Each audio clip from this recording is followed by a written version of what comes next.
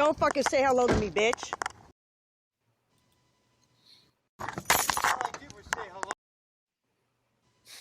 Sorry about that. Hey, everybody.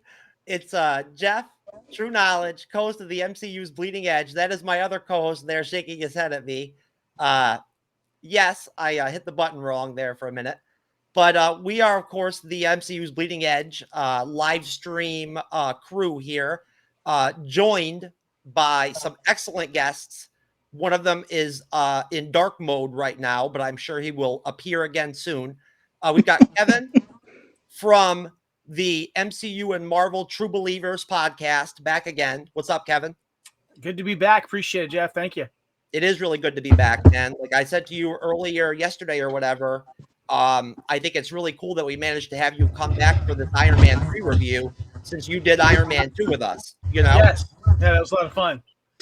Excellent. And of course, Cyber, you are here with me once again. What a surprise. What a shock. My so wonderful co-host. so Cyberneticshark, shocking. the veteran YouTuber. What's up, Cyber? What's up? Not much. What do you want to say to all your fans? What do I want to say? Let me see. Watch my stuff, people. Watch my stuff. Not just watch our stuff. Watch our stuff. He has reemerged. Our final guest, Chris. I don't know what happened. Of MCU Mondays on the Geek News Now Network. What is up, man? Glad to be here. Glad to join you guys tonight on the Bleeding Edge.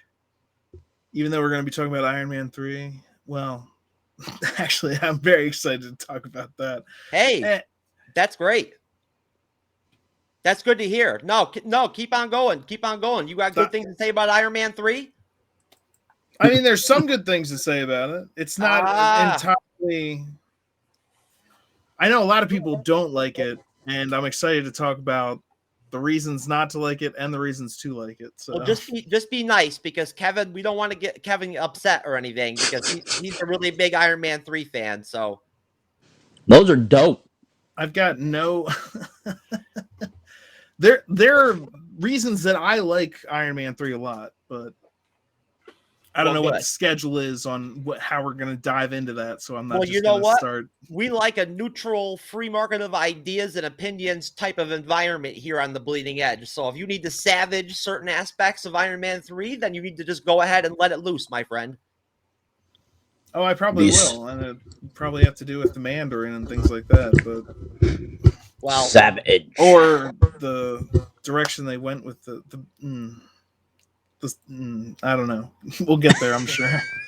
Well, I'll tell you what. I just want to mention that we are, of course, now with Geek News Now Network, and we are extremely happy and pleased to be a part of such a wonderful team and group of content creators and writers and staff and just wonderful people that have been very warming and welcoming to us. And we've really enjoyed being able to have an opportunity to bring in some of the Geek News Now personalities onto the program. Chris, obviously, is the latest addition. And I want to thank Chris personally, because Chris is the reason why we even got on the radar with Geek News Now to begin with, or they never even would have heard of us. So, Chris is Chris. Yes, Chris is a benefactor for us. He is like he was the man, behind the scenes. They come to me, everybody else at Geek News Now, and they say, "Hey, what do you think?" No, I used to actually run the entire media division of Geek News Now, as it were, but I had too much fun, and I had my own channel to do, and so I said, you know what, I'm going to scale back my duties. I can't be responsible for everyone else as well as myself. I can, let me take care of myself. But hey, we're just happy that you found time to come on here and guest, man. You're hard to get. I try to keep busy, but Wednesdays aren't just that good for me. So we can possibly work out some other times, but yeah, no, other people like to have me on shows. I've been on, been doing a lot of different YouTube shows. I like to be a guest on different things, talking about Star Wars, talking about Marvel, talking about things that I know what I'm talking about, which is usually like Star Wars, Lord of the Rings. People ask me to talk about things that I don't know about, but I usually just sit there and listen to what they have to say and then say, I don't know, because I don't know what that is. Getting Chris to guest on your show is about as rare as your chances of actually talking to one of these Instagram model types on Tinder or whatever, and like getting through to them or whatever, you know? So, Ooh.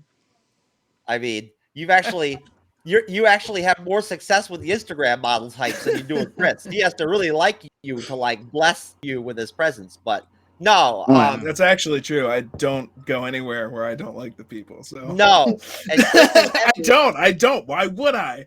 That's Chris why I and came Debbie, here. I know. Debbie, who has been on the show now twice, have been a great guest with us. Chris and Debbie, of course, host MCU Mondays. And MCU Mondays is a very fun show on Geek News Now Network that I've enjoyed being on. And I think that anybody out there who likes the Bleeding Edge would probably like what they do. And of course, Kevin and Kyle's not with us, unfortunately, from their pod, do their thing and have their own thing going on. And they have a very professional show that they put together. I've definitely caught quite a bit of their content myself, and there's somebody who I actually listen to on my own individually for my own enjoyment. So, say with that, you can think of that what you will, but I don't listen to too many podcasts in this niche. So if I'm checking out your stuff, then that means it's got to be pretty solid. And of course, last thing I'll just mention plug wise is that Cyberneticshark is on all kinds of platforms. So just look for Cyberneticshark and you will find some good ass content. Okay, simple as that. Some good ass content or some good ass content. Where's that hyphen? Where's that hyphen coming in? All of it. Yeah, good ass content. That's what it is. Not some good ass content. We are shamelessly pleased to be repping Geek News Now Network this evening. And as we go ahead and segue into this Iron Man 3 review, I'm going to go ahead and lay down some Iron Man 3 trailers that I hope that you guys will enjoy. I know I will enjoy because I love trailers in general. So let's get after it. Trailers. And Robert.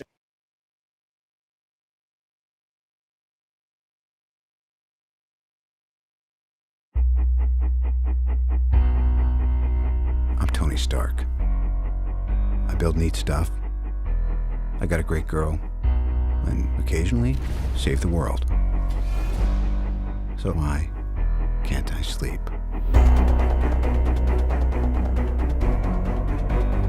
You elected me on a single platform. I will defend this country at all costs.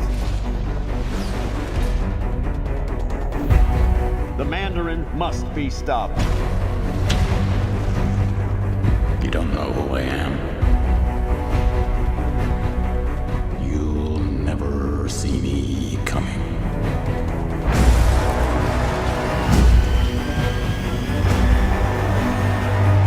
What are you going to do about these attacks? The whole world's gonna be watching. The question, where is Tony Stark? Things are different now. I have to protect the one thing that I can't live without. That's you.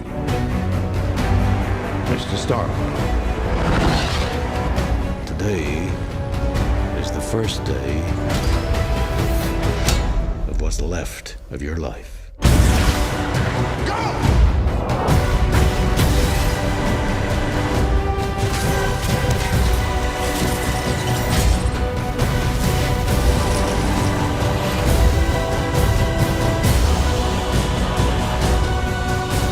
I'm gonna offer a choice. Do you want an empty life or a meaningful death? You're not a man. You're nothing more than a maniac. I'm not afraid of you. No politics here. Just good old-fashioned revenge.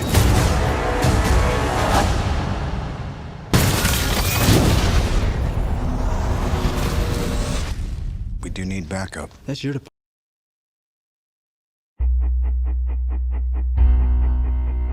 I'm Tony Stark.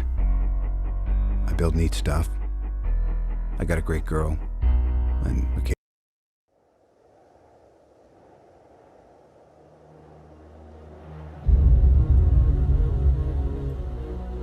got a lot of apologies to make.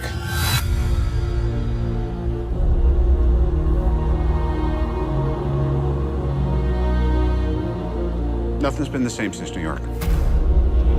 You experience things, and then they're over. I can't sleep. And when I do, I have nightmares. Honestly, there's 100 people who want to kill me. I hope I can protect the one thing I can't live without.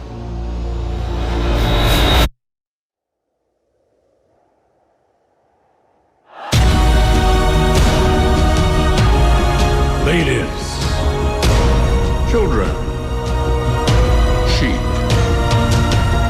Some people call me a terrorist. I consider myself a teacher. Lesson number 1. Heroes. There is no such thing.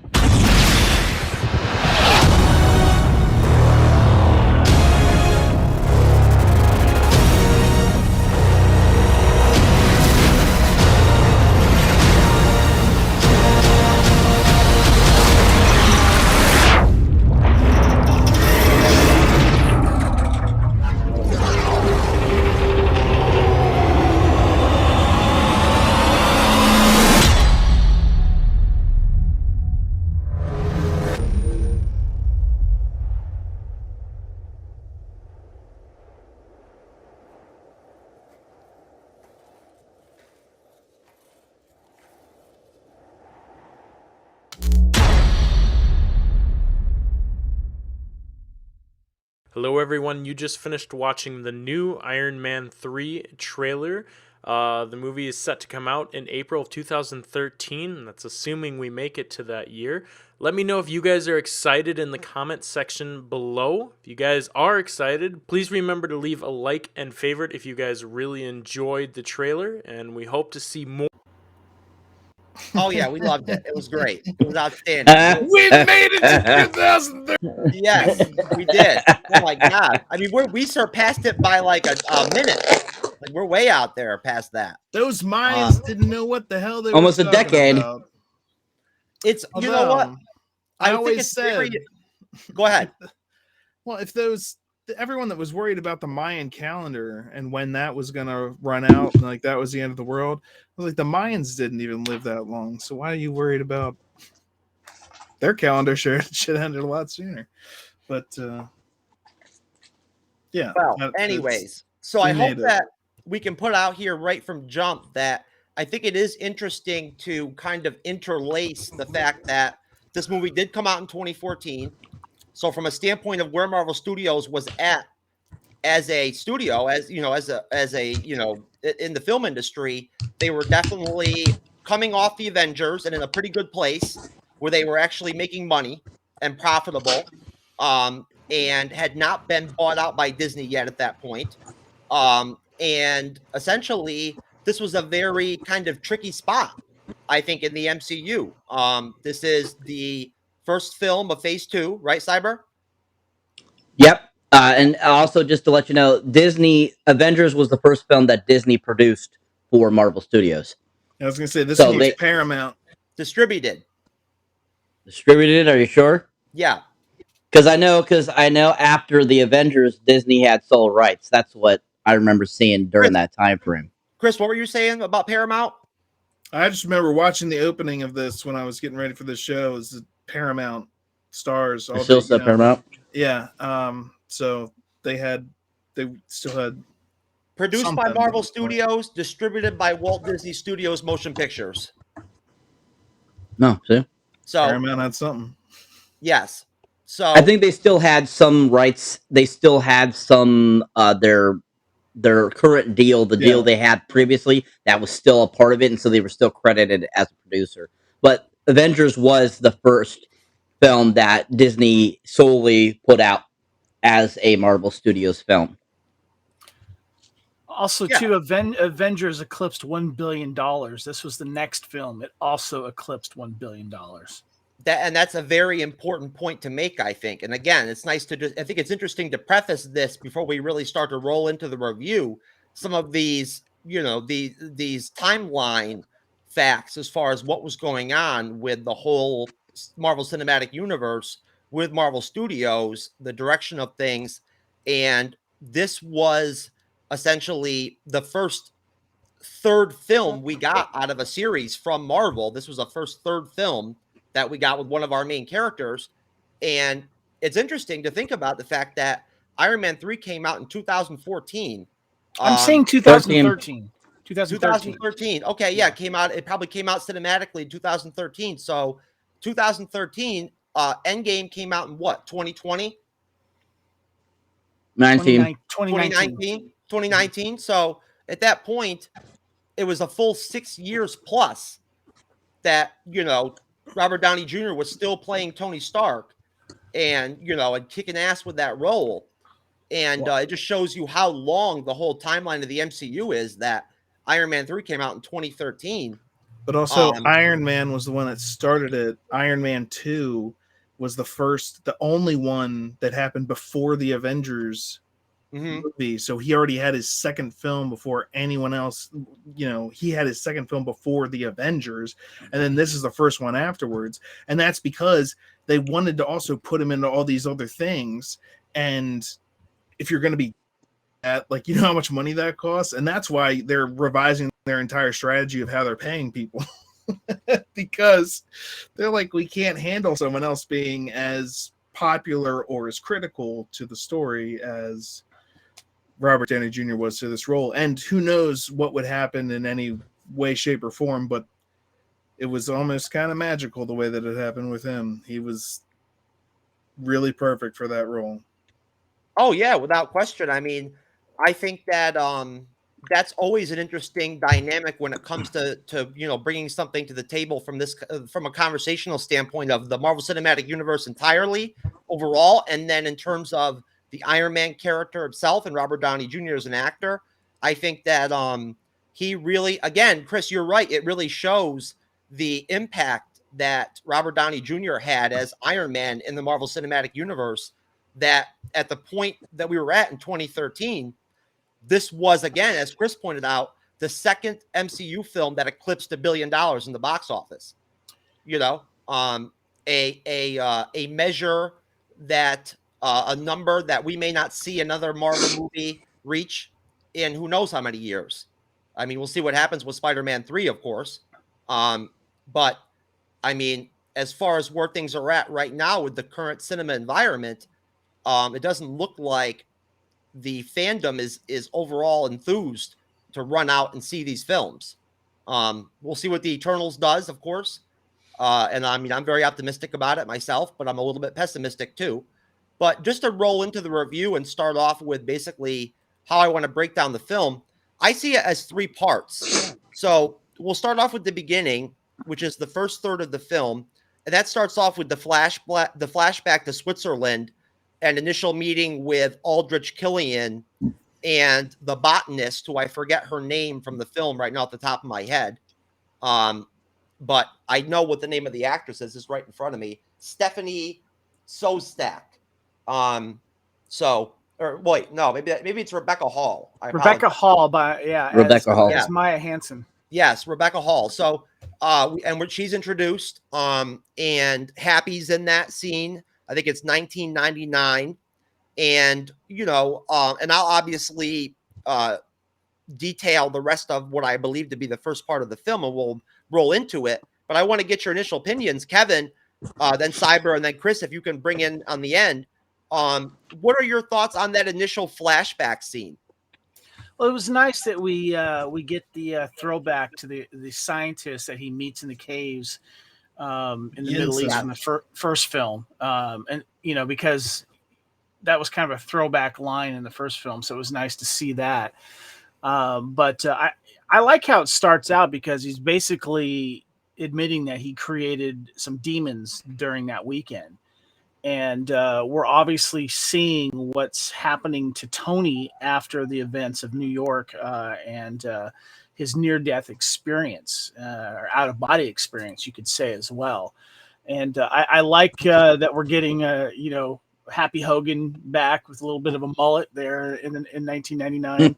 Funny scene too, and it sets up the whole Aldrin Killiage thing in AIM, and it's a good start. But you're getting a sense that Tony's a little tortured, and that's one of the aspects of this film that I like about it.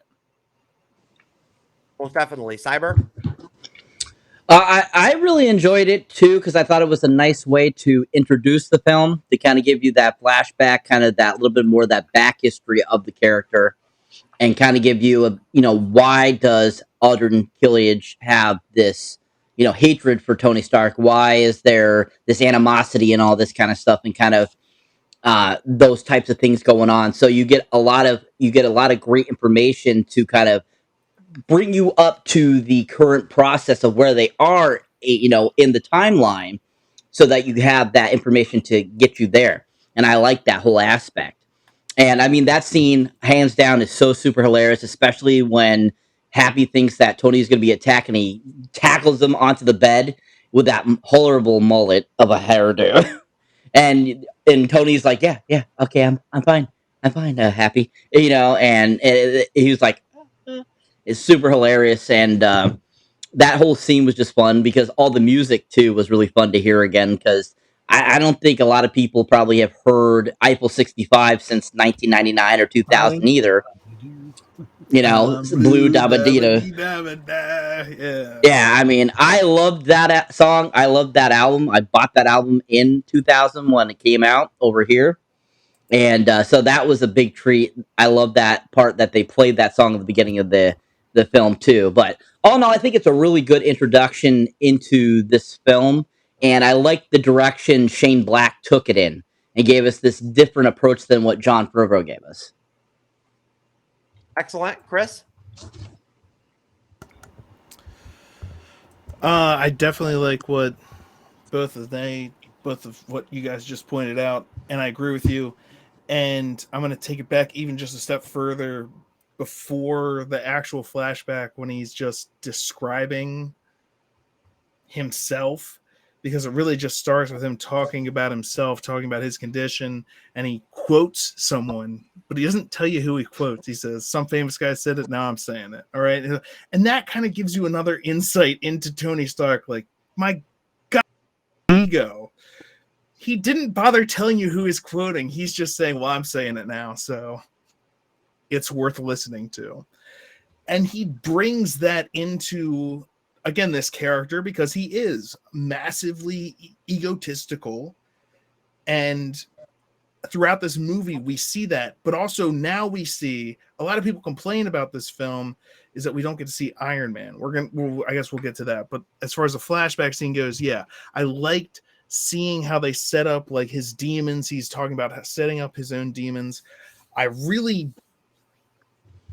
didn't like where some of the things went with that in this movie, but I did like that part of the story overall.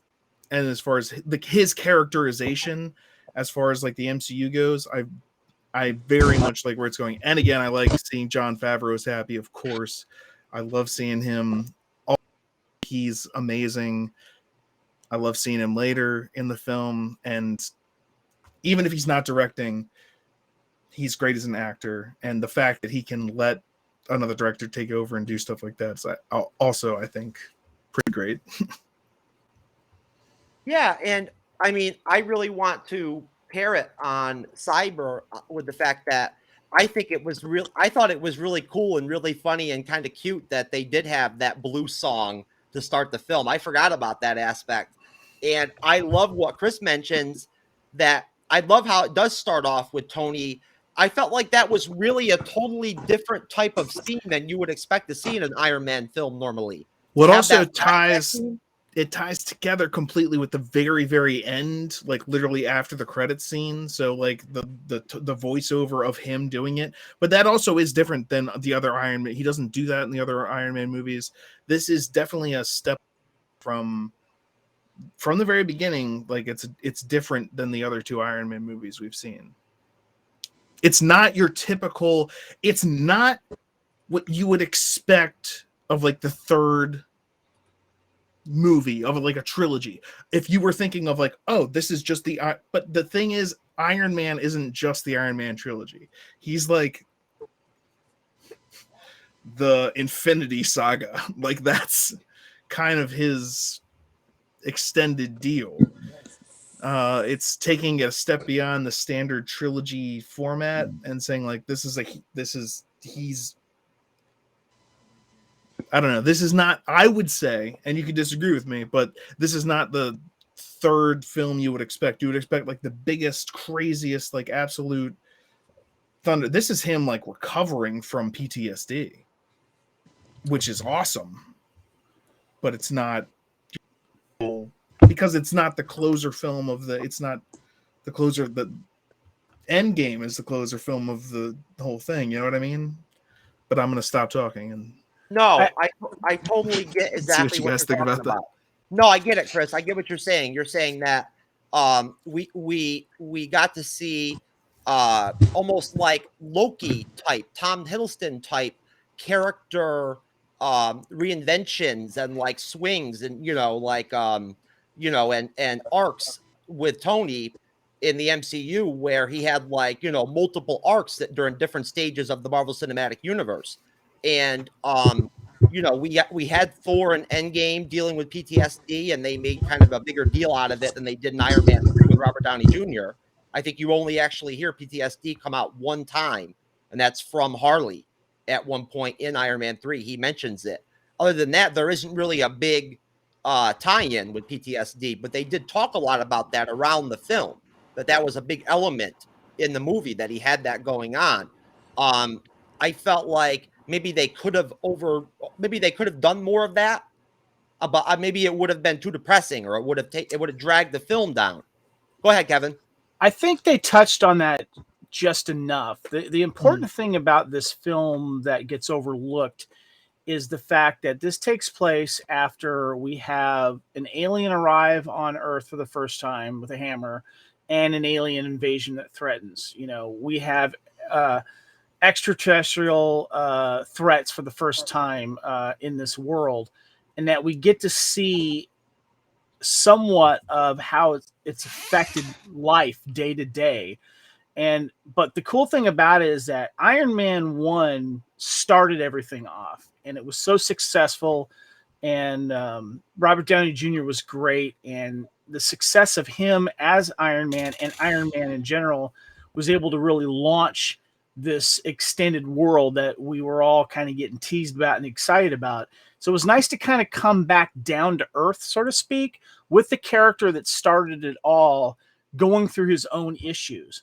And another thing that gets overlooked in this film a lot is the relationship between him and Pepper Potts. These are some of my favorite scenes. And having her have a little bit more action in this as well, and her taking, her showing her control over Stark Industries, and having to deal with her past as well. And this also is starting, and nurturing that relationship as well, which is one of my favorite parts about the MCU regarding Tony Stark's character. Most definitely. Does anybody else have anything to add to that? I would just like to say I agree there with Nick or Kevin, sorry. I don't know why I said Nick. Kevin, about the whole aspect of this film having that centralized kind of underlining meaning. And I totally get where he's coming from in that, because that's how I felt when I saw it. Because I realized that this was coming out right after Avengers came out, and it was showing you the, basically the outcome of Tony's life from what happened and inspired, or, happened in Avengers 1. And so I thought that was a clever way of doing it too, given like this loose kind of PTSD type of thing going on in the film. And I agree too. I think that throughout the whole film, you kind of see them kind of mention it, but not fully state, that it's PTSD. It's just more of like it's a knowledge or a knowing of it. And I completely agree with that. And I think that was a great way of giving us a well-grounded film to kind of bring you back more to reality, if this was actually really happening in real life. Sure, most definitely. And I think that it's really kind of funny or cool kind of to me. It just kind of it's so typical Tony for him to be shacking up with that botanist and everything right off the bat to start the film, you know, like him like one night standing yet another, like, you know, not just woman, but like some professional scientist, you know what I mean, with like a master's degree and everything and whatnot. Like Tony gets the pick of the litter, man. Like and he solves her equation for her. And then she totally comes back later in the film and has to interact with Pepper. Exactly. But yeah. You can see how smitten he is with her. The fact that she's got a scientific mind. She's just not as Happy would say, a blonde with a big rack. It's part of the attraction. Yeah. And that, absolutely. Yes, and he even remembers her name. He gets excited about the problem. He gets excited about the problem. He has to solve the problem because that's him. He has to solve the problem. I fix things. Well, yeah, and then when she does bump into Pepper, he remembers her name, which, I mean, don't get me wrong, I typically remember chicks' names too after one night stands, but you know, not that I have any of those ever, mom and dad. But you know, anyways, you know, he remembered her name, which, you know, knowing Tony's like body count, that's pretty surprising. You know what I mean? Body count. You know, Tony's been racking them up, man, since back in the day. He's been getting after it. You know, so, but anyways, so of course her extremis plant explodes, which Cyber already mentioned. Happy ran in and tried to save Tony because he thought it was Y2K or whatever. Yep. The whole Y2K there. Y2K, baby. No, the computers had to go back to zero. We're bringing it back. But Y2K. Yeah, it's cool that like the plant blows up. It does. Like it kind of you know, gives you an impression of kind of what's going on with Extremis right off the bat. But so we go into Tony not sleeping, having the panic attacks, you know, the introduction of the Mandarin on like these TV spots that Tony starts to see on the news. We see some of Pepper and Tony's relationship, as Kevin already mentioned, which was, I thought, really interesting, seeing the evolution of their relationship once again, like we talked about in Iron Man 2, and now we're talking about again here in Iron Man 3. And I'm sure we're going to get into and unravel even more throughout the show. You know, we, of course, you know, are introduced with Aldrich Killian in the flashback scene. And then we see him again coming in to try to get funding for Extremis from Pepper, with Pepper as the head of Stark Industries, and basically turning him down because she sees the potential with Extremis to become like a weapon. You know what I mean? Like some type of, you know, of weapon or, you know, bomb or whatever. So she feels like it's dangerous, but Killian comes back. Aldrich Killian comes back, and he's like a new guy. Like, he looks good. He's like suave. He's like attractive. He's tanned. Like he lost the stutter. You know, like he looks all, you know, like he lost attractive. A lot. He had like a hunchback. He was looking almost like Igor in that first scene. He had a limp. He was all over the place. He was on Extremis steroids. But Chris, then that's why when they come back, she first is like, "What have you been doing?" And he's like, "Oh, you know, working out with my physical therapist." Chris, you've been frozen for so long on my screen, man, that I thought you were on Extremis there for a minute, bro. It was a meditation. No, I got a not great connection. So is that how you explain it? I love it. Meditation. I was concentrating.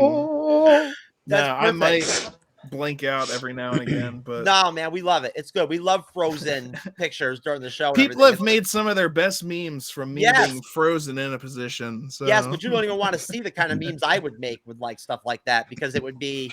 I'd personally be interested. Well, yes, but I mean, Kevin Feige would not approve of it.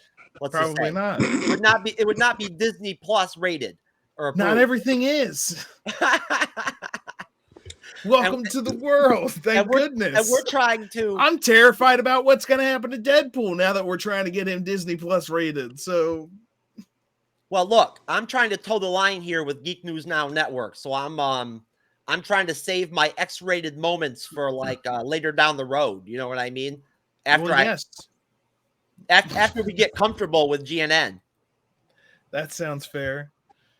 You know, once they need us, then we'll start throwing down the real hardcore shit. But no, I'm just playing. But so anyways, so your guys' thoughts. Starting off with you, Cyber. That aspect, that part of the first part of the film where we have the meeting between Killian and Pepper. We have Tony with the anxiety attacks, can't sleep, tinkering around and everything. We're starting to get the hint that Extremis is dangerous. What are your thoughts on that part of the film and those scenes? I think it's once again. I think it flows very nicely. I think each of those scenes have a really fantastic, point of view to bring to the story. And I mean, I think that whole part when Killian comes in and shows Pepper Extremis, and like it shows you the whole brain thing and stuff like that. I thought it was very fantastic for 2013. I thought that was really cool looking. I thought it looked very bright and vibrant and fun. And I thought that whole interaction was really interesting. That he was trying to manipulate Pepper right at the get go before him doing his full plan, which I thought was kind of interesting in how they kind of approached that to kind of give you an idea of what kind of person Killian is. From being jaded by Tony Stark. Tony dealing with his anxiety attacks was really interesting. I love that whole beginning scene where he's basically puncturing himself with those sensor things so that he can make the suit come to him without having to actually be near it. That was pretty interesting. I thought that was a cool new concept to bring into the franchise and to, show him elevating his Iron Man tech. And kind of funny, like when he stabs himself with the thing, like he's like, ow, and he's like starts rubbing himself, and I thought it was pretty funny because I think that was very genuine sounding, and I thought it was just really fun.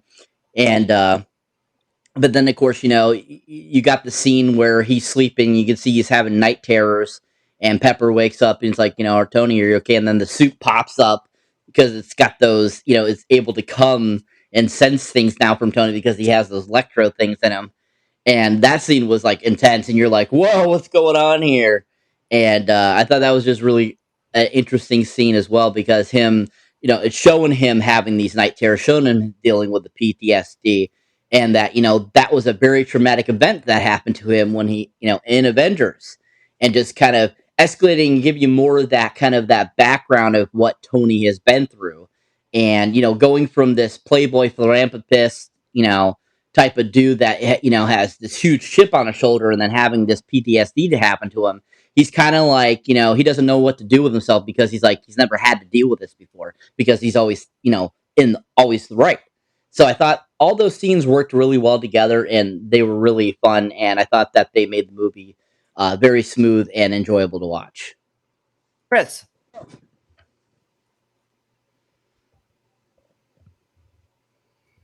You there, Chris?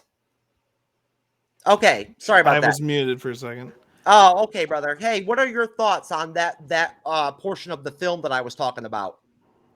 Yeah, so that next part, I gotta, Cybershark there pretty much laid it out.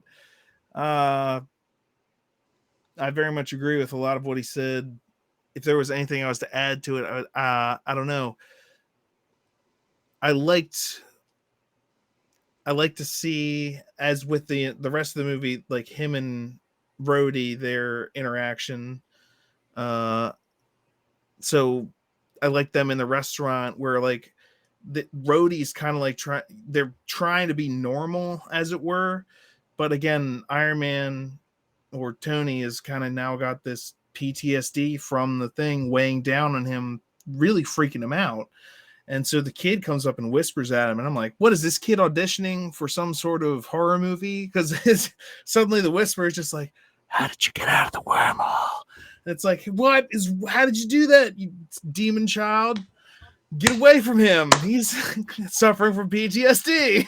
But maybe that was just an effect of his PTSD. But then he freaks out because he broke the crayon. He even says it. He's like, and that freaks him out. And so really they get a lot of, as someone who's had anxiety attacks before and seeing him go through it, and just what he immediately goes about and goes to his safe place inside his Iron Man suit.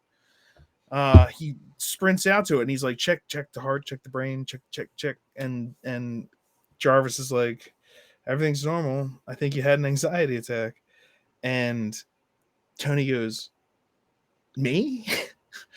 Like, even he doesn't believe it. But yeah, you're suffering from post-traumatic stress from all of those things that you're now a party to. And I think part of what it comes to, and I think this movie helps in a way to show it, is that when people think of like the superhero teams and you think of like who's going to take on the biggest, baddest guy, you think of like the Superman and you think of the other for the MCU, Iron Man kind of was their best, strongest guy. Now they had Thor, but as far as like the Earth, coming from Earth, you had Steve Rogers and Captain America, and that's awesome. But he's kind of like an experiment. Like Tony Stark is like a self-made, if you traded in on weapons to do it, but it's his intelligence and it's his metal against literally his metal against. So in that respect, you got to think of Tony Stark as that character. And now that responsibility is kind of weighing on him because he almost made the ultimate sacrifice. And now it's all coming in to hit him. It could just be you. At the same time, when soon after the terrorist attacks start really impacting him personally. And so it's all coming down. Am I supposed to be humanity's savior? Then what am I not? Why am I not attacking these people that are hurting America? Like, why am I America's savior? Then let me be, whose savior am I? And let me go be it. He's very, and then he's also terrified of different things. There's a lot happening to him in this. I don't think a lot of people that don't like this movie, I don't think understand exactly what he's going through and how important it is for his character overall. But yeah, that weighs into it a lot, I would say. Most definitely. Kevin? Yeah, and I know Cyber touched on this, but I want to elaborate a little bit more. One of the things that's really important about this is not only are you seeing the development of Tony Stark's character and his relationship with his friends and such like that, and his own personal demons he's dealing with, but his advancement in his own tech. And I wanted to talk about that a little bit more because in the previous film in Avengers, you see him put on those little wrist things, and as he's thrown out the window of Stark Tower by Loki, he calls his suit to him before he drops to his death. And you see him injecting himself in his arms to do this smart tech to call his armor to him in a very humorous scene where he's testing it out, and and he sees the mask covering, says, "I'm not afraid of you," and and he does this kind of cool stuff. And then when the crotch piece hits him, it's funny as well. And we see that play out later on. But then he's always upgrading. And then you see that advancement happen through the films, the next Avengers film, and then all the way up into Avengers Infinity War, where he's working with that nanotech stuff. And also he's got that special suit that shoots up to Spider-Man and helps him and all that kind of stuff. And I think that's really important character development, not only in him and his personal life, but also his hobby life, as he feels like he needs to now help protect the Earth from outside threats. If I can add on to that, if you look at the pod that shoots out to go with the Spider-Man uniform in it, it looks a whole lot like the pod that shoots out in the Iron Man movie to go give him his first suit. So it's kind of like, because he obviously upgraded his own personal armor, but he also said, what was it like when he coded in the Spider-Man armor to release? It was like, number whatever, however many. He's like, he's got however many other contingency devices, which also then you could question why didn't you put those into play at other times, but I don't know.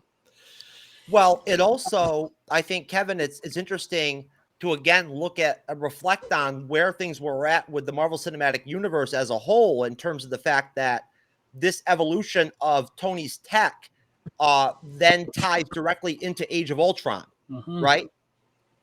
Yep. And then creates Vision. Yeah. Well, helps. I mean, the Mind Stone plays a... No, but he's already talking about and vocalizing, even in Iron Man 3, the premise of him needing to be able to protect the world. You know what I mean? Yeah. Well, yes, absolutely. No. So, and that's no question about that. I was just talking about artificial intelligence. No, but that becomes a key premise at the end, the beginning of Age of Ultron too, like that. You know, so absolutely. He wants to protect. How are we going to save the world?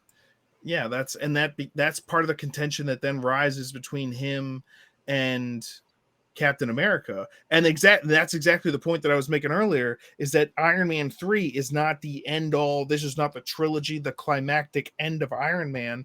This is just another step in the progression of, there's going to be Age of Ultron, there's going to be Civil War, there's going to be Endgame, there's going to be Infinity War. Iron Man is not done by any means with Iron Man 3. This is a different trilogy than and that's why, Chris, that's why I emphasized earlier about the actual presence and the difference and the uniqueness of Iron Man 3 as a Marvel Cinematic Universe film, because of the fact that, I mean, without the accolades, without the box office numbers, it was a very important film. And I don't want to say that it was as important as the Avengers, because I think that would be unfair. I mean, we all know what the Avengers meant to the fandom and to the film industry, and what it did for fans. I mean, it was, a massive. But I feel like there definitely must have been pressure. I mean, look, there's probably pressure with all these productions, but there must have been pressure with Iron Man 3 to really deliver.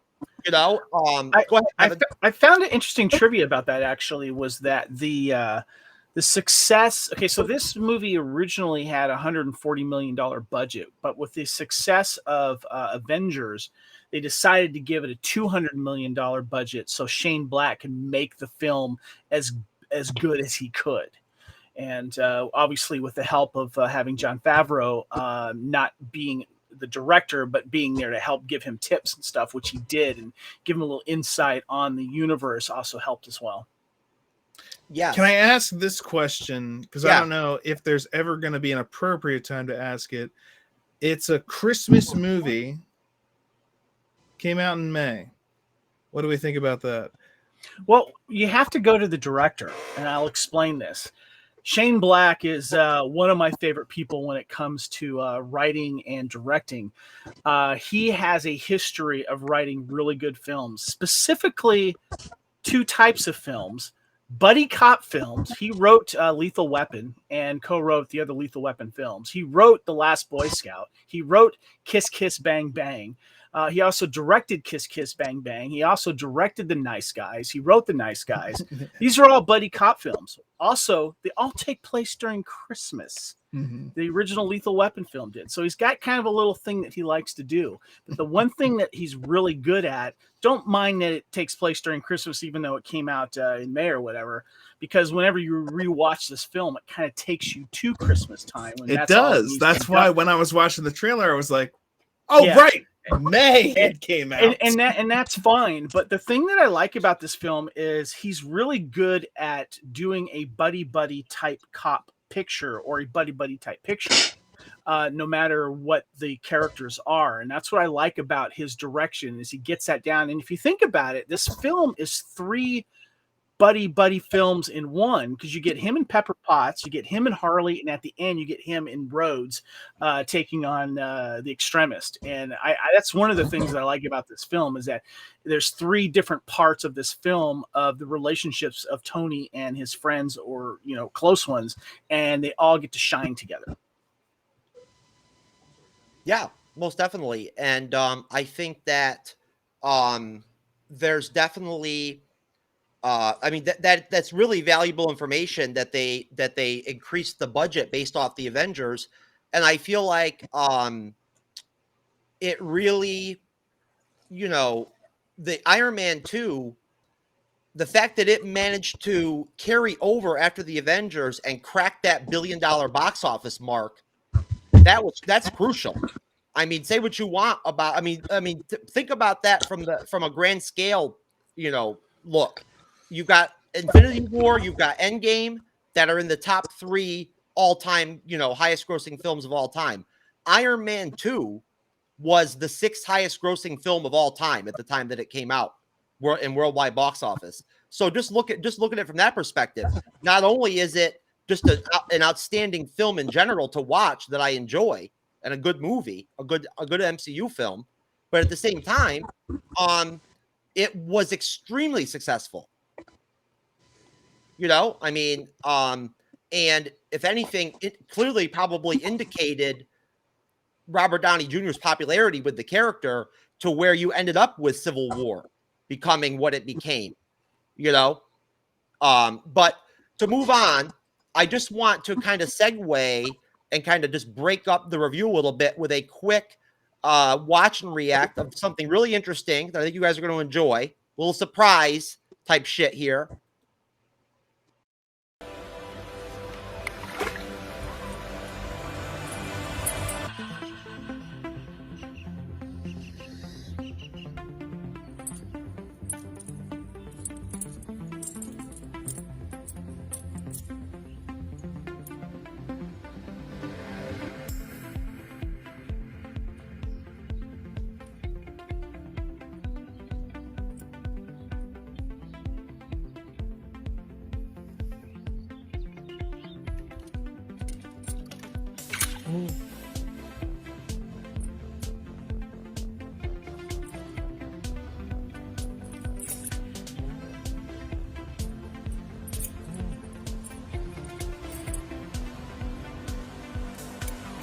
Oh my God! Please! Oh,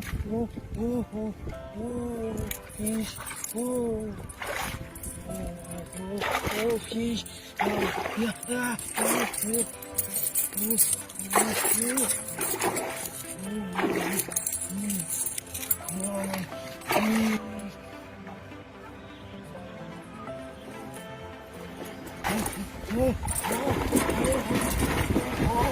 my God! Please!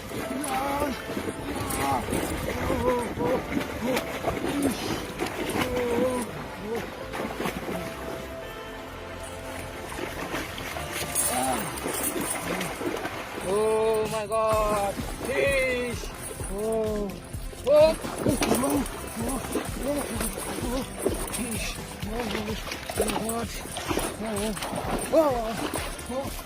Oh my God!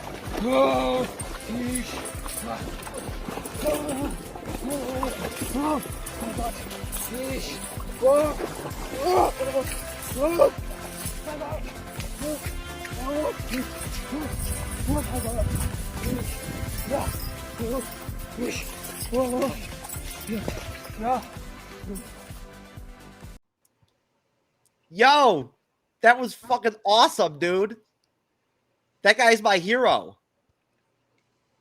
I'm not sure what I saw there. What was he sprinting to with it? What are your thoughts, guys? Chris, starting with you. What are your thoughts on the fish video?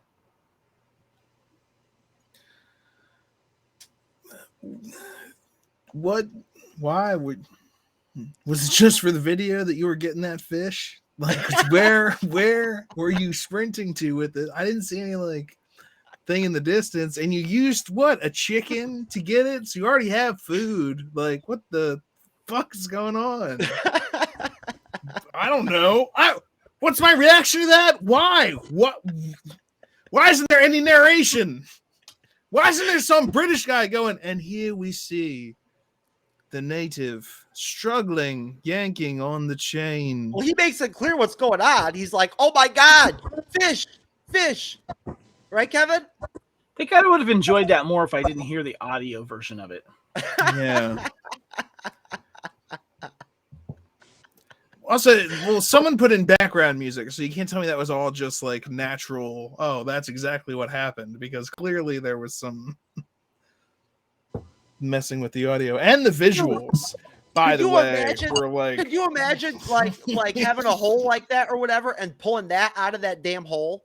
Well, yeah, if you dug that hole, put it in it, and then stuck a chicken in so you could make a video, yeah. I can imagine that entirely. That's true. I wonder if we'll get a bite. Yeah, we just stuck a giant fish in there. Where was he running with it? Cyber, is it fake or is it authentic? I mean, I think they definitely filmed it for a purpose. They filmed it to catch a fish because they know fish live inside underneath the ground there. Other than it just them catching a fish and using a really good chicken, I think it's stupid. Well, I would have liked to eat the chicken. Where do you think he was going with the fish exactly? Like, That's I mean, hopefully they cook it and eat it because he starts sprinting away with it. I'm like, what? Are you afraid it's gonna flop back into the hole?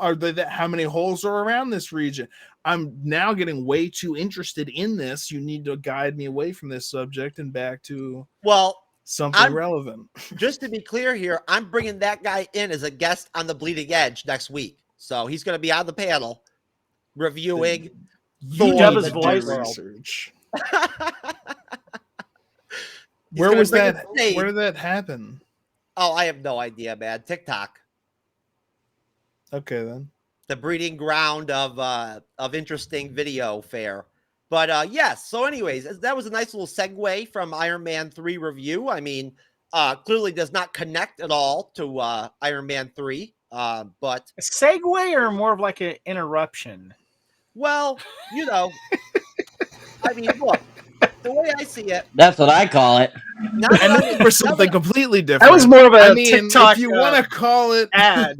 Welcome to our Iron Man 3 conversation. Let's show you a fish being caught. Kevin, I just want to be clear here. This is where Chris understands me. He does. He knows why I put that out there and why I do shit like that. Just because I think it's interesting. You know what I mean? Like, him and I are both kind of crazy at the end of the day. So I think he gets my mind more than most. But I am not. I don't know why you just did. I don't know why you played that video. I thought it would be interesting just because, I mean, now that we're with Geek News Now Network, I want to do crazy, weird shit just so I can be like, look at this. You know, I'm not sure that you're getting the right. Yeah. It has to be related to the subject you're talking about. Well, throwing a fish in there, it's not giving you anything that's appropriate to what you're talking about. So if that was Iron Man, TikTok Iron Man or something, you know? I don't know. If it was Iron Man trying to catch a fish, then we would get it. But it's just a dude catching a fish. It just seems so illogical. Well, hey, Cyber, as long as I made you laugh, my friend, then I'm happy with it. Oh, you made me laugh, all right. I'm all good with it. All right. So back to the Iron Man 3 review. Moving on to what I feel is basically like the second part or like the second third of the film. We get Killian's people blowing up Tony's house with a couple helicopters. And after Tony puts his address out, like on the news, like out to the media, and says that he's going to go after the Mandarin. You know, at this point in the movie, we need to believe that there is a real Mandarin, and he is a badass Mandarin and everything and whatnot, because we're not at the reveal point yet. So the Mandarin TV spots continue, and they're pretty damn good as far as I'm concerned. Very effective. Ben Kingsley's great. Tony decides to take out the Mandarin, like he becomes focused on that. We start to get more info about Extremis and, you know, Killian's thugs. You know, Tony meets Harley in Tennessee. The botanist pops up and meets, you know, Gwyneth Paltrow, Pepper, before Tony's house gets blown up and everything. It kind of comes off like she's trying to help. You know, at least at that juncture in the film, we think that maybe she's trying to be a good guy. And essentially, it is a really cool scene that she literally says to Pepper, like, oh, yeah, me and Tony just hung out one time or whatever. And Pepper's reaction was like, yeah, that sounds like Tony or whatever, just to kind of like connect back to like what was Kevin was talking about in the beginning of the show and how much he really enjoys that relationship and that dynamic with Tony and Pepper and with Gwyneth Paltrow and Robert Downey Jr. I feel like that scene is a really good, chapter or whatever, or at least a good moment for them that kind of really kind of shines and displays kind of the dysfunction of the relationship and whatnot of what it's like being with Tony. But so go ahead. Oh, sorry. I thought I heard somebody. My bad. So anyways, Nope. So essentially, we get Tony going to Tennessee. His armor dies. It powers down. It's like dead. He meets Harley, and that whole encounter is very interesting. Obviously, we'll get into that whole dynamic. And we figure out essentially, we see the Mandarin with Killian, and we realize at that point that they're connected. But we don't really know for sure that Killian is the main villain.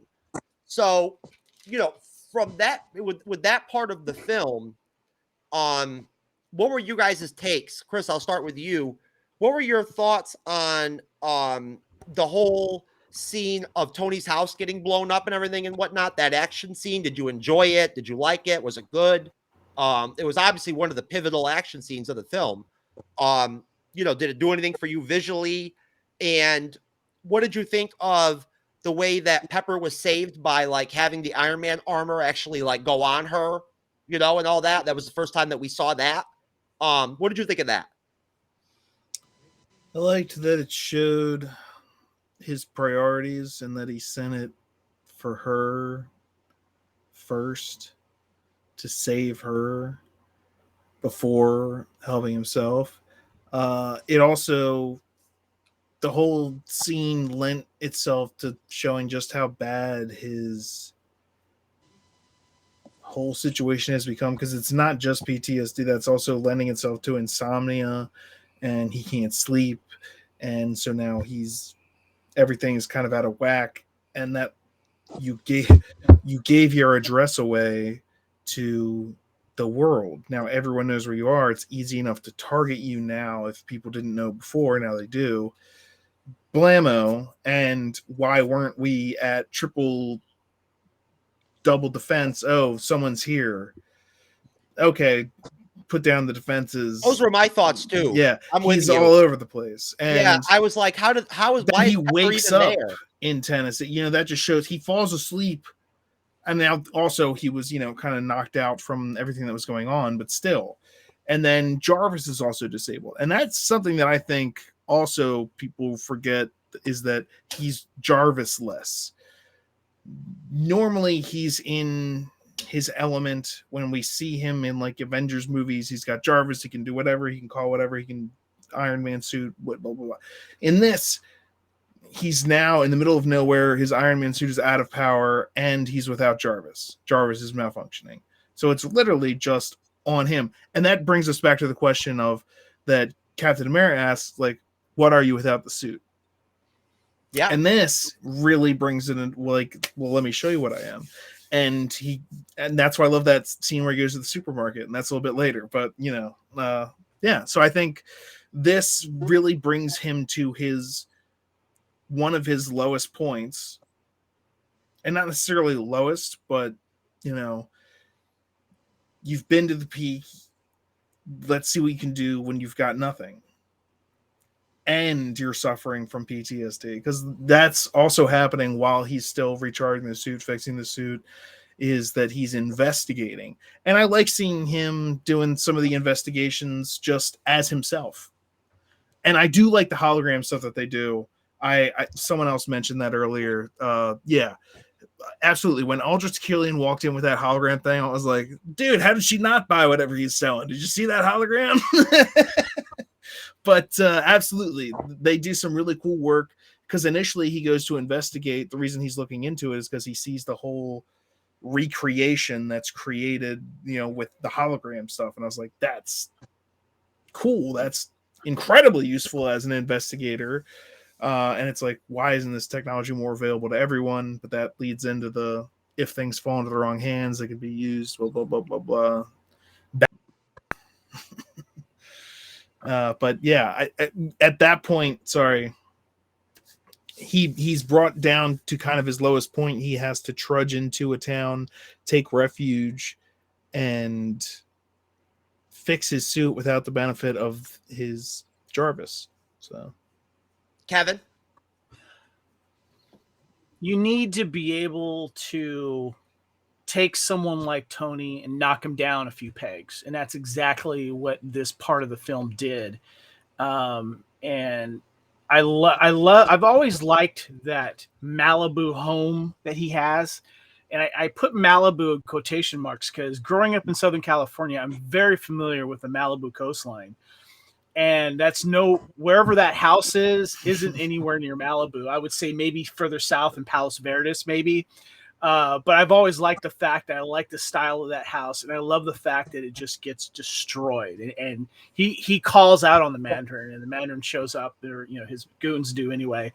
And I think it was this movie is underrated when it comes to the action sequences that it has, and it has several, and it starts with this one. And I love the fact that you get the smart suit attaching to Pepper, and then it releases and goes to him, and he's presumed dead, and he gets shot off to Tennessee because that's where it was originally programmed before everything happened. And I love the fact that he has to kind of start from scratch with a little help from Harley. And the thing that I like about, sorry, but someone say something? No? Okay. It's like a reverberation, Kevin. That's the same thing I heard earlier. Okay. The introduction of Harley is one of the, I think, when it comes to dealing with kids in movies and TV series, it can, it can work and it cannot work. But I felt in this one, it really worked. I think the kid that played Harley was great in this film. And the relationship that Tony starts with Harley, and how there's a little bit of like back and forth between the two, and he's got kind of a Tony aspect about him himself, which I like, and Tony sees that in him. And this is one of the things that I hope that we get to explore later in the MCU is an older version of Harley. And when I was at the Avengers campus in Disneyland in LA, it's part of the California Adventureland. There's a Spider-Man ride there that's very popular. It's a brand new one. And there's actually reference to Harley as the older version, the one that we see at the end of Endgame. So I'm hoping that they return to this character because I thought he was great. And I love the beginning of the relationship. Excellent. Cyber. Can you repeat the question again? Yeah, just your general thoughts on, I guess the beginning and the middle of what I believe is like the second third of the film, where Tony's house gets blown up. That whole action scene, and Tony waking up in Tennessee, meeting Harley, his investigations there and everything and whatnot. We start to learn more about Extremis. What was your thoughts on that whole part of the film? The whole house destroying scene was really awesome. For 2013, those graphics were really well done, really fun. I definitely feel they have aged. When I just rewatched it recently, I noticed that the CG looked a little dated a little bit, even though it's a higher, cost CGI form of film for Marvel. It's still, I could see that it aged a little bit, but it wasn't in a bad way. You could tell it aged. But that whole sequence is fun. I love it. Yeah, just like everyone says, him throwing the suit onto Gwyneth Paltrow's character, Pepper, saving her, and then him taking it on and trying to fight those helicopters. That whole sequence is really fun. The whole destruction of the house was really cool. I love how he slides down and falls into the ocean, and basically all the concrete basically falls on him, and then one of his arms on the Iron Man suit basically propels him out to get him out to travel him to Tennessee. And then coming in contact with Harley was a really great character. I love that kid. Ty Simpkins, he is really fun. He's really awesome. I love that whole character. I love the dynamic between them. I love how Tony calls himself just the mechanic, and kind of like the dynamic they produce in that whole scene, basically while Tony is in Tennessee, and coming in contact with the extremist girl that he has to destroy, and the other guy that he has to beat, and Harley all being a part of that and stuff like that. And I just thought it was really enjoyable. And I think one of the best scenes in that whole portion with Harley is when the whole PTSD scene where they're outside looking at the area where the people blew up, and Tony has kind of a moment, and Harley's basically saying, "Oh, are you dealing with this and that and blah blah blah and stuff like that," and that whole connection was really good. You could see that there was a really good connection between the two, and that you knew Harley meant more to the story, which would lead further down the road. Because when he popped up at the end of Endgame, I was like really shocked. I was like, "What is he doing there at the funeral?" I was like really surprised because I was thinking, "Oh, this is just a little kid he knew." That helped him a little bit out. That was it of it. But when he popped up, to me, that was like, oh, this is definitely a character we're probably going to see, just like Kevin was mentioning, further down the road, probably eventually, at some capacity. Who knows? And I think that's really cool that they did that. But I tell you, one of my favorites, my other favorite scenes in that whole portion you're talking about is when Tony goes into the van and he's like trying to use the van to look up AIM stuff and look at the videos and stuff. And what's his face? I always forget this actor's name, but he was in that series, Happy Endings. And he's like he's all dressed just like Tony. He's got the beard and everything, and he's like, "Oh my god, I'm a huge look." My whole look is just for you. Look at and I even got the tattoo. I had them do it off a doll, so it doesn't look exact. Yeah, no, he is hilarious. That whole scene was absolutely priceless. And I think it was just a great kind of like pick me up moment in that, kind of that supposed like depressing state, Tony having to deal with what he's dealing with and try to figure out what to do without, like we were mentioning, no Jarvis and none of his tech at the time. And so I thought that was a really great pick me up and just a really great scene there, especially when he has to he calls up, Don Cheadle Rhodes, for the password, and it's like, oh, it's this and that, all capitals and stuff. It's like, that was a great scene too. War Machine, War Machine rocks with an X. War Machine rocks because the dude is Iron Patriot. Oh my gosh, the fun that they have with that name throughout the entire movie, by the way, because there's like so many different jokes about that. Absolutely, yes. And so, like, I just thought like you could see that was Shane Black's writing 100% right there. That's his great comedy element that he always brings to his writings, anywhere from Lethal Weapon to The Nice Guys and stuff like that. And that was pure Shane Black to me. And I just thought it was a great pleasure in that whole section there. It was just really fun. I really enjoyed that whole section of the film, and I think it just, like I said before with the previous part, it just kept it flowing very nicely, and it kept it very enjoyable. The script was very well done. It's a good story. It really is. Like that's one thing that I definitely got out of watching it again, yesterday and today, was that I felt like the script really stood out to me. The writing was really well done, very crisp with all the different characters. The dialogue was good. It was funny. It had its usual Iron Man humor, RDJ humor, along with some occasional sexual jokes and stuff like that and whatnot. And of course, the only character they really do that with is RDJ, Tony Stark, really, in the MCU. You don't see any of that with anybody else, really. So basically, guys, before we get into like what I consider to be, I guess, the third part of the film, Kevin, do you have, or Chris, do you have any other thoughts or remarks on this, second third leading up to where Pepper gets kidnapped and, Tony goes, to find the Mandarin and everything and whatnot? Do you guys have anything else to add to that part of the film? Yeah, this is where he has to build, after, Harley says, why don't you build something, and you see him doing his run to Home Depot or Lowe's or whatever. And he starts putting all these little stuff together, and you see him doing his own little reconnaissance mission after he finds out where the signal's actually coming from, which is in Florida. And I like the fact that he takes it into his own hands, so to speak, and he gets creative with his own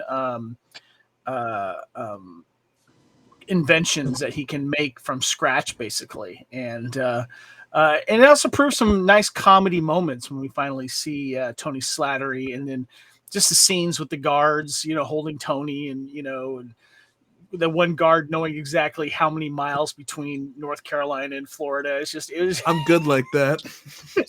There's just some comedy moment. I hate being here. These guys are weird. Just all these little things like that. Just one of the little things that gets overlooked in this film. That was funny. That whole deal with the guy where he's like, these guys are weird, was funny. It wasn't Justin Hammer funny, but it was funny. Yeah. Chris, you got anything to add? Also, just with the kid, he doesn't pull any punches with that kid. You know what I mean? Like that connection that they have is very visceral, very like the kid's like, and my dad, my mom's at work. My dad went to go get scratchers, and I guess he won because that was 6 years ago. And Tony just goes, yeah, well, dad's leave, nothing to be a pussy about. Anyway, don't be a pussy. Boom. And like he just keeps like going because he also is like he lost both his parents at the same time, and also they were never around for him, so he also respects this kid's intelligence more than like he's trying to and also deal with his own stuff. But that's on the heels of a little underrated action scene when the extremists track him down to North Carolina, and there's the fight there in the bar scene, and the whole funny line about I've dated hotter women than you, and and he gives and Harley gets that little toy to use against bullies, and so and this is the other thing too, is that you really see Tony during this time becoming a good detective and using the tools that he has that he needs to find this stuff. And I love it when people put all the pieces together. And one of the things we like about Batman films usually is because he's a good detective. And it's nice to see that Tony is that type of detective for the Avengers. Yeah, most definitely. And also, I think it's an interesting yin-yang because, we all know, those of us who are really big MCU fans and Marvel fans that have stayed, that have been around for the whole deal, with the Infinity Saga, we know that Tony Stark in the MCU literally is most comfortable and feels like at his best when he's in the Iron Man suits. Like that's when he's at his best. That's when he's happiest and like feels safest and the most comfortable. And that's where he ran to in Act 1 where he had his panic attack. Right to his Iron Man suit. Yeah, and what does he do? He asks Jarvis, check this, check that. And what does he lose later in the film? His Iron Man suit. Jarvis.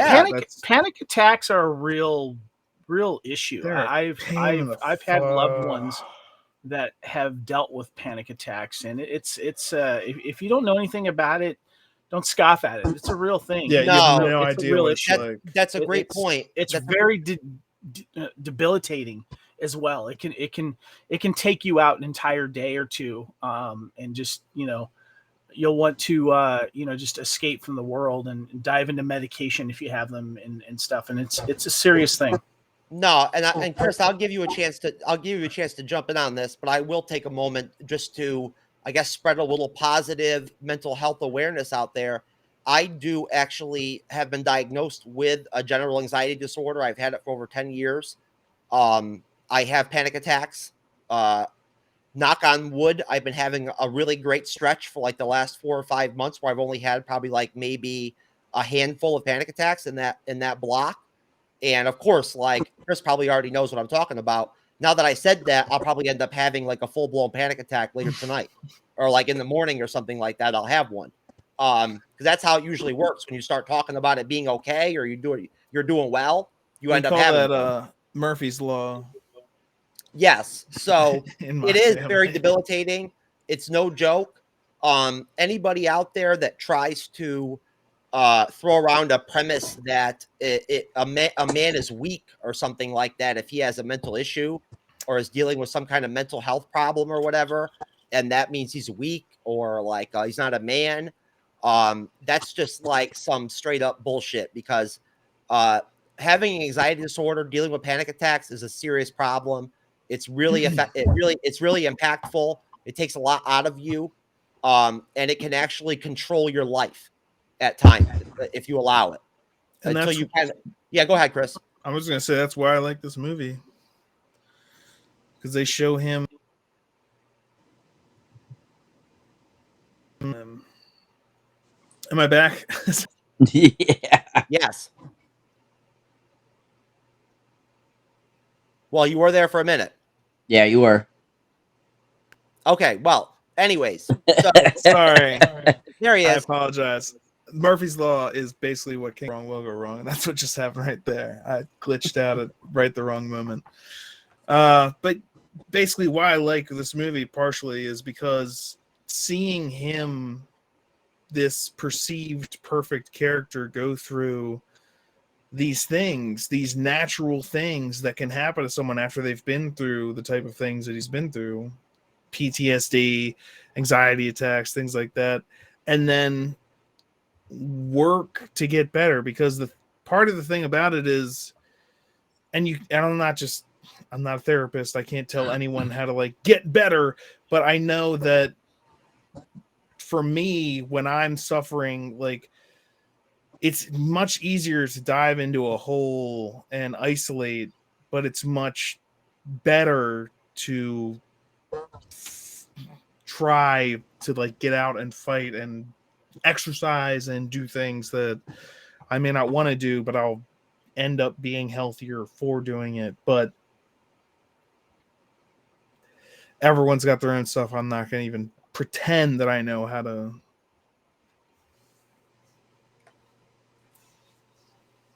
fix any, you know what I mean? But seeing it helps, I think.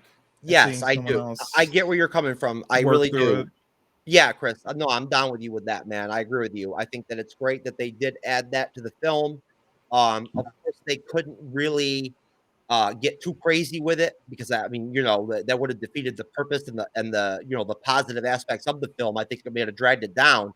But as well as I do, and Kevin, Cyber, from family members and friends and personally that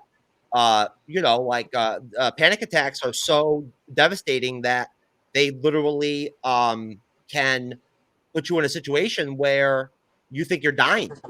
I mean, from a logical standpoint, how that cannot be like really bad for someone that they're at that point. Again, it's stupid to try to pretend that, somebody like, I mean, look, if RDJ of all people can have an anxiety problem and have panic attacks and stuff like that and still be who he is and still be as cool as he is and get laid like he does and, pull chicks left and right and everything and whatnot. Like, I mean, I don't know. I got to tell you, I think the botanist chick in Iron Man 3 is hotter than Pepper. I do. I got to put it out there. I really do think she's hotter. But that's just I don't know. If you're talking Pepper towards the end of the film, I'm going to disagree with you. I mean, look, I'll tell you right now, I would definitely. She's cute, but I would love to like swap in and like sub in for Tony with the shower with Pepper that they talk about during the film. Like, I mean, I would not shy away from joining that shower with Pepper, but like I would definitely be down with that. But at the same time, I think the botanist is fine.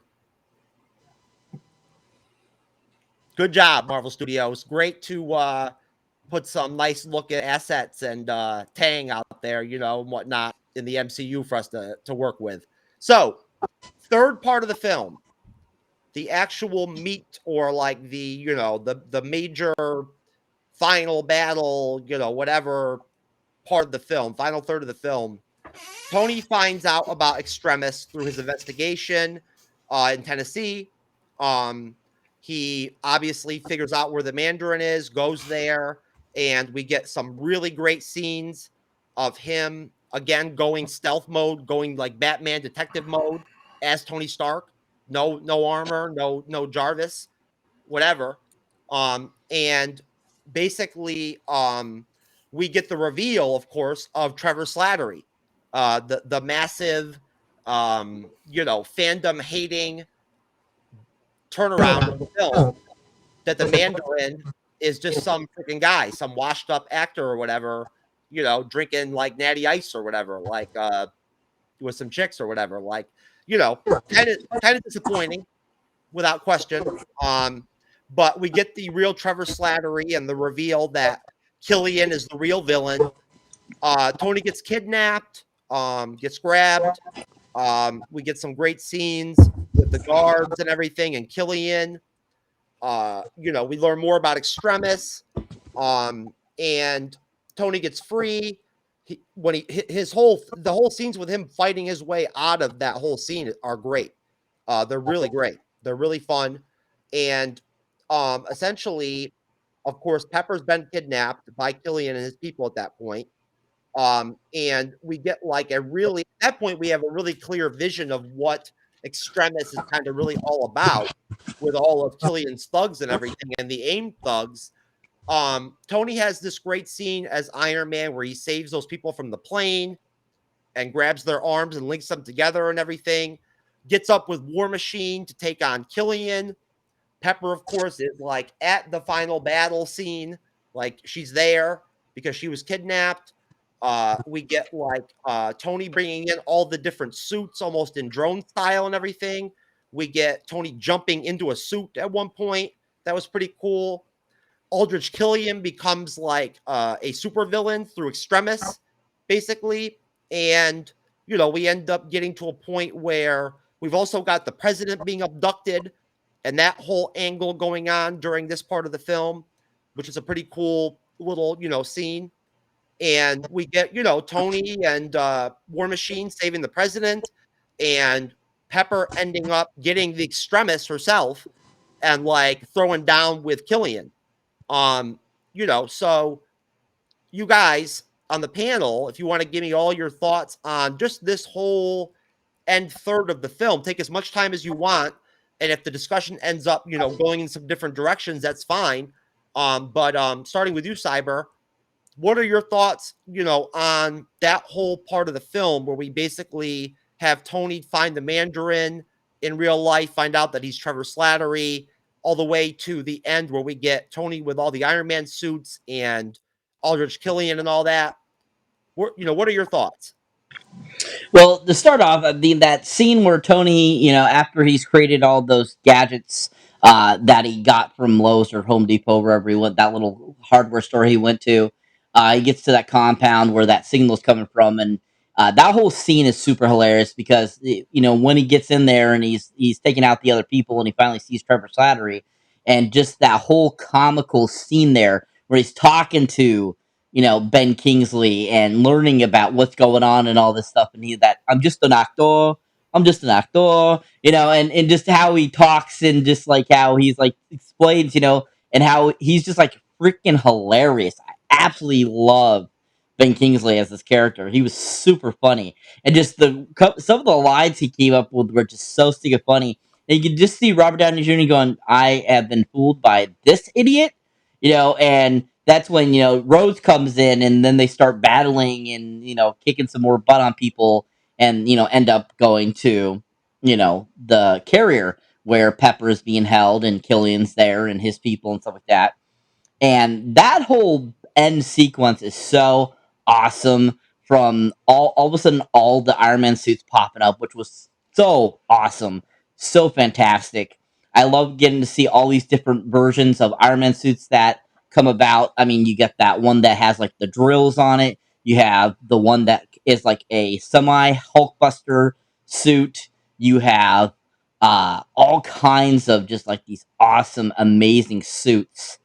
And it's just so awesome. And like seeing them get destroyed at the end, after, saving Pepper and everything and stuff like that. And then you thinking that Pepper dies at one point during the scene. You're just like, whoa, like, did she really die? And, because the Stremis, it saved her. And it just is a really fantastic end battle scene. I think this is my favorite end battle scene for all three of the Iron Man films. I just thought it was so well crafted. And then fighting off Killian, because he's basically supposedly the real Mandarin. And I know a lot of people, hate that the fact that they didn't go with the real Mandarin in this film, that they had this like whole charade and stuff like that. And that, Killian really isn't the real Mandarin. He's not the same Mandarin from the comics and stuff like that. I get why they're upset about that, but I still thought that it fit very well into this storyline, because the fact that, they wanted to introduce a character that they could use again down the road that would be fun, so they came up with this fake Mandarin thought, and to bring Ben Kingsley back, because we get him in Shang-Chi, which was really fun. Absolutely loved him in Shang-Chi. And I mean, we are eventually going to get the real Mandarin eventually, but I thought this was kind of Marvel's way of, basically kind of giving a little bit of a Mandarin talk, because a lot of people have been, it was huge debate. Everyone going, when are we going to see the Mandarin? When are we going to see the Mandarin? And so I think this was Marvel's answer, kind of to basically give a little bit of what the Mandarin could be, just to kind of satisfy the fans a little bit, even though it wasn't fully traditionally the Mandarin, because Marvel has 20 years in advance in already made up like a plan of how they're doing their characters. So the Mandarin is in there at some point. We just don't know when. So, for those fans that, hated the fact that this wasn't the real Mandarin, it sucks, but at the same time, I get what they were doing with this character. And I thought that Guy Pearce was fun as Killian. I thought he was awesome. I thought he was fun. I thought he played a really good villain. And I thought that his actions at the end of the scene were really well done. His fight choreography and stuff like that between him and RDJ and everything like that. But yeah, this whole last part of this film was just really awesome, really enjoyable, and just like everything about that was just really fun. And the technology they used to make the CGI work that they did with the airman suits was just really well done too. And I actually feel like that scene actually really holds well still, even 8 years later, since this film came out. And like I felt that the CGI in this scene was a little more high tech than previous scenes, and so I think it looks a little better. But overall, this whole end sequence was really fun, really enjoyable, and overall made it a good film. Excellent. And moving on over to you, Kevin. Same thing, same query. What are your thoughts on that third act of the film? Back-to-back great action scenes with the rescue of the president and the president's people from the plane, and the whole battle scene with all the different Iron Man suits against the extremists was done really, really well. And I also like the fact that this kind of really cements the friendship between Tony and Rhodey, and how they can work together as kind of a weird unit, which is funny, and the little funny quips between them as well, I think was great. And getting Pepper Potts in on the action too, with her being shot up with the extremist stuff, I thought was very interesting. But it worked out and gave her a little bit of action towards the end, which I liked as well. I'm going to get on a little bit of soapbox here. Let me preface it by saying that Iron Man 3 is one of my favorite MCU films. It's in my top 5 for all the reasons that I've already touched on. That's why you're here, brother.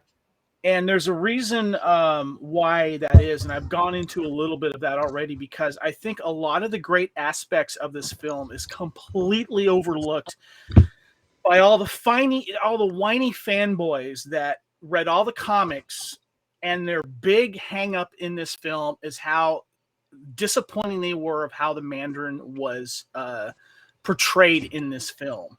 To me, it was a great kind of not necessarily a sheep in wolf's clothing, so to speak. It is a little bit, but the fact that the Mandarin was basically a puppet, so that the person who's really in charge, kind of like a dictator in some world in the East, will hire a body double to look like them in case there's an assassination attempt, so to speak. But having a face to spread the threat of the Mandarin, but also giving us an introduction into the 10 rings as well, which is interesting, and a little tease there. But you have to keep in mind, at this time, it was you're kind of walking on eggshells on how you're going to deal with this Mandarin character, where when you look back and compared to now in the PC era, of how horribly racist at times that the Mandarin was portrayed in the comic books. And I think that this twist of having Killian be the real person that's pulling the strings was a great twist. You get one of the greatest actors of all time pretending to be one of the greatest actors of all time to be this villain. And I come from a different angle. I never read the comics, so I didn't go in with this preconceived notion of what the Mandarin should be. I'd heard about the Mandarin. I had some background on the Mandarin. To me, it was a pleasant surprise, and I thoroughly enjoyed it. And I challenge anyone that doesn't like this movie because, oh, my feelings were hurt because they totally messed up the Mandarin character in this. Look at the other side of this film and how and what it has given us and what it's done. And look at the angle that they had to take towards the Mandarin at the time. They had to be really careful with this. You know, they had to kind of like take it from a different angle for a particular reason. There's no way they were going to go back to the 70s, 80s Mandarin type character and try to portray it exactly like that. You can't do that nowadays. That's why you can't make Blazing Saddles today. There's certain reasons, certain things that you have to do when you do this. And it's really a shame that this movie gets blasted by people because of that one reason only. And that's the only argument that you see among the same thread of fans that don't like this movie for that reason. They totally overlook the rest of this film and what the rest of this film has to offer. I'm off my soapbox. No, you're good. You're good. Chris?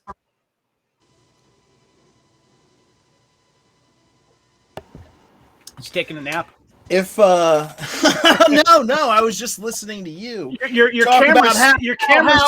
How people shouldn't be upset that the Mandarin isn't what they expected, even though the trailers and everything is leading them to expect a certain thing. And you're like, well, I didn't read the comics. Well, everyone that did is going into the theater and then getting boom. Nope. You suck. This is not you. We tricked you in here with teases of the Mandarin. If you go back and look at those trailers, they show the rings on his fingers. Dude, I was getting very excited about that. But no, hey, shut up me, because why should I care? Like, why should the people that care about the source material get what they want to see in a thing? Why should we be upset? Now, at the same time, I agree with a lot of the things you said. When you get past that, yes, there's a damn fine movie there. Now, the end of it kind of made me feel like Iron Man's kind of weak because every single one of his suits is getting destroyed. Then he blows them all up. There was but that kind of goes with his theme of giving up his suits. I get that. But when you talk about the Mandarin aspect of it, like, yeah, I get the humor. I get all of that stuff. But you need to appreciate just how much they completely screwed over, misled, boner alerted the comic fans, the ostensible actual fans of the source material, and they led that on and used it as a turnaround. And if people are upset about that, I think they should get to be upset about that. I think that's a reasonable thing to be upset about. I think if you went into that movie knowing what Iron Man and the Mandarin were from the comics and seeing the trailers and expecting Iron Man and the Mandarin and then getting that, I can see why you would be upset if your expectations were subverted in that manner. I can see it. That's fair. Kevin? I think that, first of all, I get it. I understand that. But to hang your entire argument of why that movie's bad because of that. And I don't, by the way. But many people did and still do. And it reflects on when everyone does their favorite MCU movies of all time. And the reason why is because they were disappointed with how the Mandarin does. And it's interesting, too, because what the MCU has done is where we are now, it has made certain films more interesting to watch now, because Avengers Endgame made Dark World a little more interesting because of the references to that.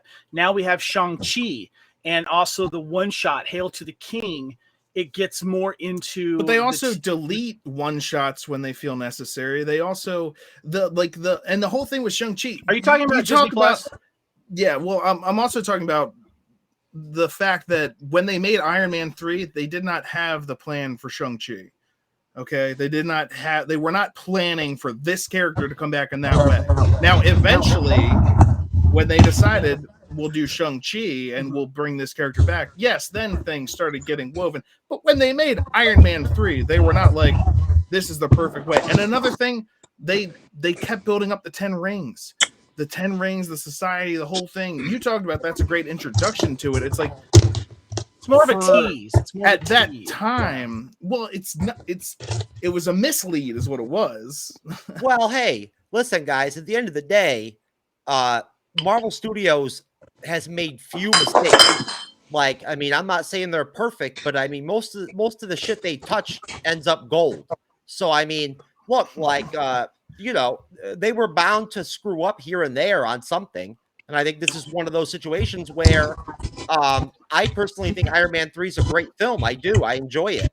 But at the same time, the loudest fans are the ones that will criticize this film because of the angle of, you know, the whole, you know, of the Legend of the Ten Rings and all that. But you have to realize the majority of the people that went to see this film may not have known about the history of the comics. They went in because they're now MCU fans of the films and they don't know all the backstory. Yeah, most definitely. And I think that look, I don't want to. I mean, listen, I'd rather, as far as you know, that whole conversation, that whole dynamic, it is what it is. I'm more concerned with the final battle of Iron Man 3, War Machine, Iron Patriot joining in, Killian as you know, being the main villain overall of the film. Guy Pearce's, you know, how well he did with Killian. You know, I think that I want to make sure that you guys have as many opportunities as possible to put out your thoughts on this junction of the film. So, you know, Chris, I'll go to you first, then I'll go to you, Kevin. Is there anything else about the third part, especially the final battle of Iron Man 3, that stands out to you? Anything you want to talk about?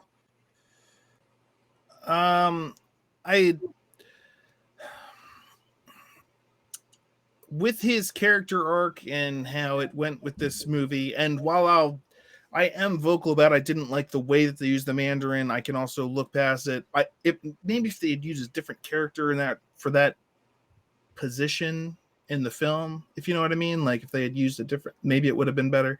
And I also think the marketing targeted that relationship too much, so people who were expecting that. But again, moving past that to the final battle, Guy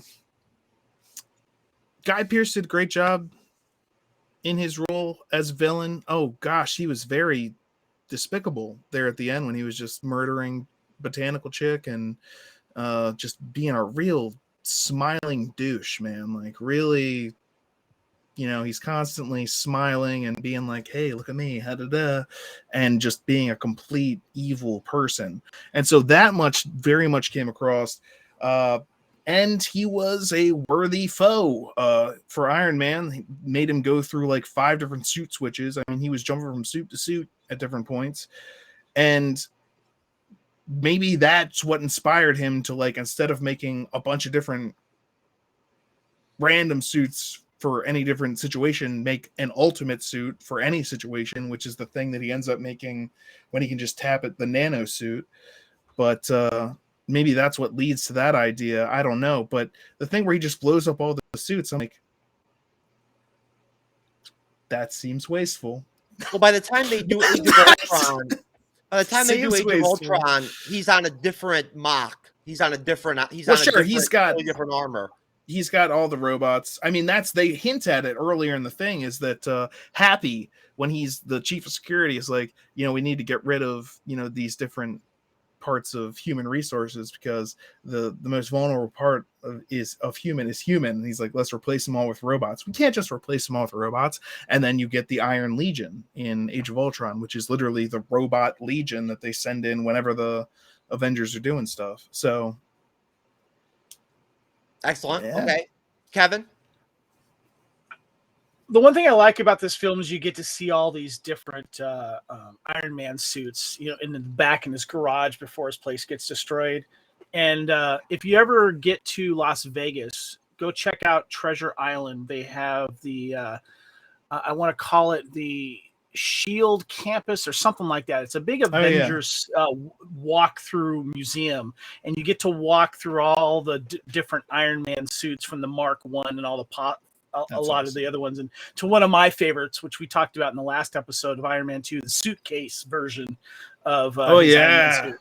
So and you get to see all that, and I love the fact that at the end, you know, he realizes what's important to him, and that, of course, is Pepper. And I like the moments, and he can, you know, he destroys all of his suits. He can make one, and he'll kind of, as we find later, he'll spend time just kind of concentrating on that one. But the other thing that's important too is not only does he help cure Pepper of the extremis, but he decides to go ahead and have the surgery done on him, and to get those shards out of his heart and stuff. And I like the fact that this is an evolution of him getting healthier to a certain degree as well, not just physically, but also mentally. And it's as a shame it is to see all those great different Iron Man suits get destroyed. It was nice to see them in action as well. But and then at the end, when he pays it forward to Harley and gives him a Mustang and gives him upgrades his garage. Yeah, totally. It's just great. I love that from the mechanic. And he grabs a little screwdriver from when at his house when you were talking about him, and that's also that great last voiceover moment. And I think you were talking exactly about that too. It's like, you can take away everything, but I'm still Iron Man, because it's not about the metal in his chest. It's not about the suits. It's he is Iron Man, and he says that also earlier in the movie when the kid asks, "Is that Iron Man?" He's like, "Technically, I am." But yeah, and that's one of the things that I love about this film too, is you get that voiceover, and I think if it's done well in films, not done too much, it can really enhance the experience of watching it. And Deadpool, yeah, totally. And that's one of the things, the reason why when I judge films and why you can see the movies behind me is I judge them on rewatchability. And there's so many things about this film that to me are rewatchable, that you know, boom, boom, boom, scene after scene after scene. You know, I'm not just all about the action. I'm about the character development and the moments between those characters. And we get a lot of that towards the end there, mixed in with the action just brilliantly with this film. Yeah, like when Tony, and I know you guys were both talking about the interaction, kind of the buddy cop way between Tony and Rhodey, but when they actually have to take firearms and shoot, and Rhodey's like, "Shoot at that light." He's like, "Are you serious? Is this something you can do?" And he tries to do it. It's like, I got nothing. Yeah, Rhodey shows why he's a good soldier. You know, he's actually like a soldier. Like Tony's in that. Yeah, absolutely. When they actually go in, it's just like two guys with guns. It's like you can see like their difference, like, but also why they're also such great partners, like at the end of Iron Man 2, where it's like, all right, this is the kill zone, you know, you're gonna be, no, this is not where you want to be. And Iron Man 2 is one of my favorites, honestly, but I also am a huge Sam Rockwell fan, so I hope here's my biggest wish, since we're talking about Iron Man 3 and obviously MCU going forward, for Armor Wars, bring back Sam Rockwell. Oh, please, we need Sam Rockwell back big time. I agree with you. It's got to be. I gotta believe they'll bring back Sam Rockwell for Armor Wars. I don't see how. I'm hoping he was on the other end of the phone that we saw Sharon at the end of Falcon and Winter Soldier. I hope that was him. That's what I hope.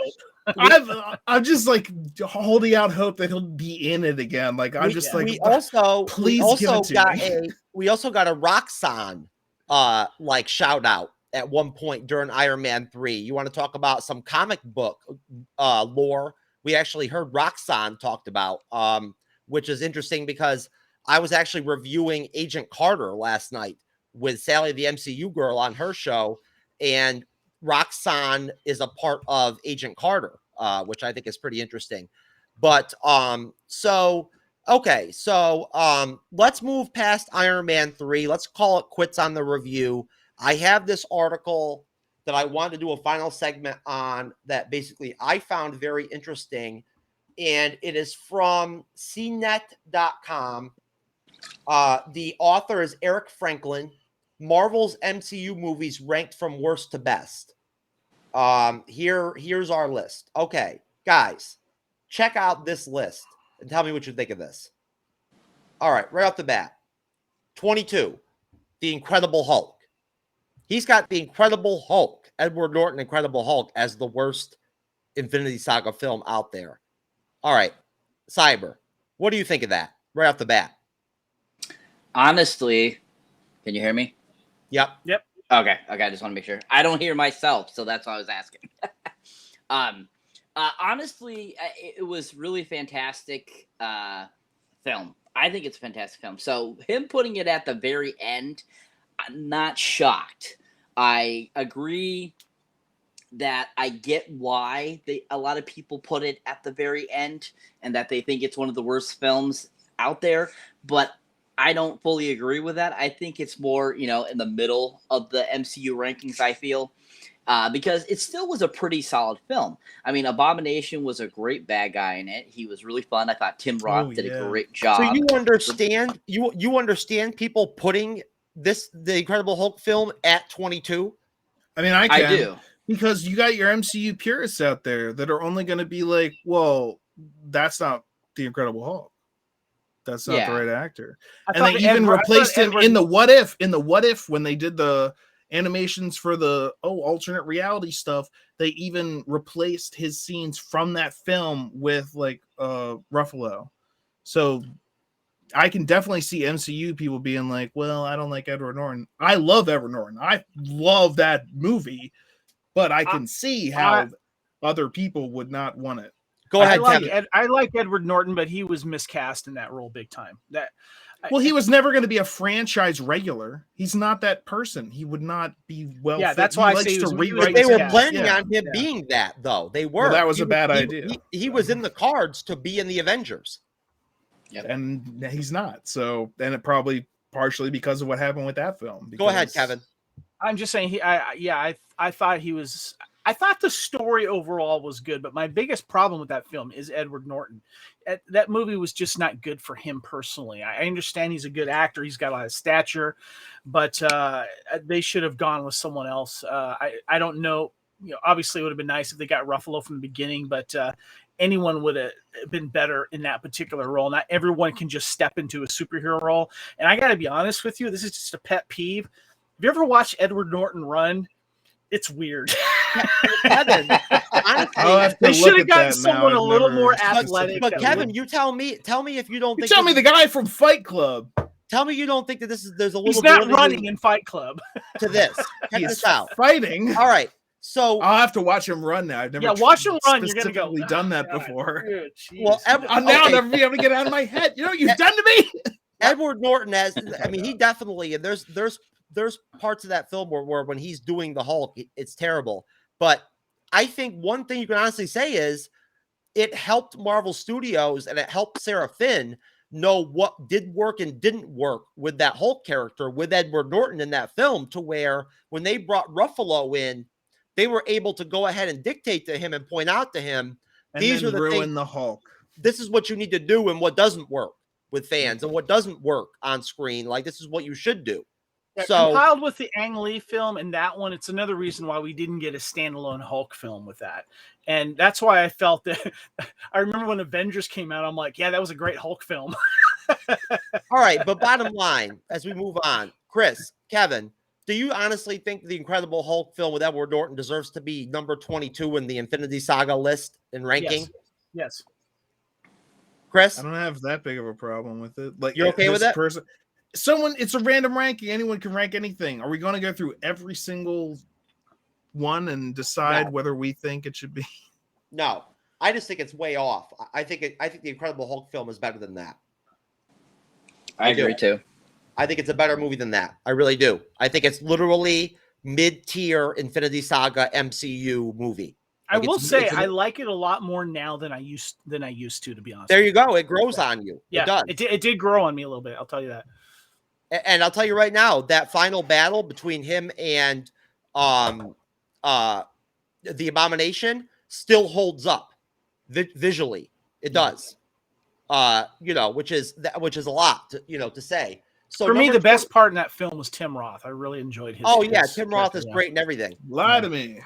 Number 21, the original Thor film. Coming in right after the Incredible Hulk, we've got the original Thor film. Not Thor the Dark World, the original Thor film. Kevin, what do you think? Yeah, I wouldn't put it there. I'd put it a lot higher. I'd put Thor Dark World next, to be honest with you. Are we doing the whole list? No. He's doing a portion of it. We'll probably see how far we get. I don't know. Everyone has their own list on what should be where. Whose list Chris, is this, by the way? Chris, I wasn't planning on going through the whole list. I just wanted to see if we could get through a couple or whatever, and we could just talk about it, and then we would close things out. My apologies. No, we're good. No, I just had a big problem with lists lately, but okay. Eric Franklin from CNET.com is the guy doing the ranking. Just so you know. I've heard of CNET. Okay, so to you, Cyber, Thor as the number 21 slotted ranked movie. What do you think? I think it should be higher as well on the list. I don't think Thor Dark World should be that low on the list either. I really enjoy Thor Dark World. I thought it was a really well done film. I liked the aspect of it. I enjoyed how it was. But the Thor film, I actually like Dark World a little more than I'd like the Thor film. So I would put Thor a little lower than Dark World. But yeah, I don't think Thor should be that low on the list. There's definitely other ones that I feel could have been around that number. Chris? it wouldn't be that low on my list, but what are you gonna do? Do you have any more details to that to add? No, I'd have to make my own list and then defend it, or see this entire one and then try and. I don't like randomly looking at things and then trying to decide, should this be that low on this list? What is this list of? Who made the? I don't. It's not for me. So I'm gonna say I wouldn't put it that low on my list, but this person did. So I have nothing more to add to that. Well, that's all we would want from you, with this to begin with. So that's fair. Number 20, Iron Man 2. Now I know, Kevin, you do not agree with that. This is true. I put Iron Man 2 way higher on my list again. I would put it that would higher possibly than number 2. I Guardians love of the Iron Man Galaxy 2. Yeah. Yeah. Go ahead, Kevin. Kevin, go ahead. Go ahead. Say what you want to say. I would put it higher. Obviously, I think it was a better Iron Man 2 is a better film than I would say Guardians of the Galaxy 2 and Thor: The Dark World and stuff like that. But yeah, it's agreed. And I'm looking at a list of Rotten Tomatoes and what they have theirs, and they have Thor last, followed by Dark World last, followed by Incredible Hulk, Iron Man 2, Age of Ultron, and the original Thor. Wow. Yeah. And Iron Man 3 right after that. Wow. Yeah. It's a rough list. Yeah. Especially because, oh my gosh, graphics started getting better, more money started getting poured into things. So then graphics started looking even better, and that's all some people look at. And was it shiny? It was. Ooh. I just did a search here, and I'm looking at other ones. Also, Incredible Hulk is also at the bottom of the list of other ones I'm looking at here as well. Iron Man 2 also at the bottom of the list, which is interesting. Iron Man 2 consistently is downvoted. Always, I defend it every chance I get. Me too. Yeah, but I don't know where the hate really comes from. I think some of it is again from like comic fans. I know that because of the miscasting, or not miscasting necessarily, but the way that they portrayed like Whiplash. But I think the way that they do, and I guess you guys might have talked about this last episode when you talked about Iron Man 2 or whatever, but the way that they do Justin Hammer with Sam Rockwell is such a great shadow of Tony, and the way that he always calls him Anthony. I mean, like everything about their interactions and the way that they interact with each other, the way that they talk about each other, and that right there is like awesome.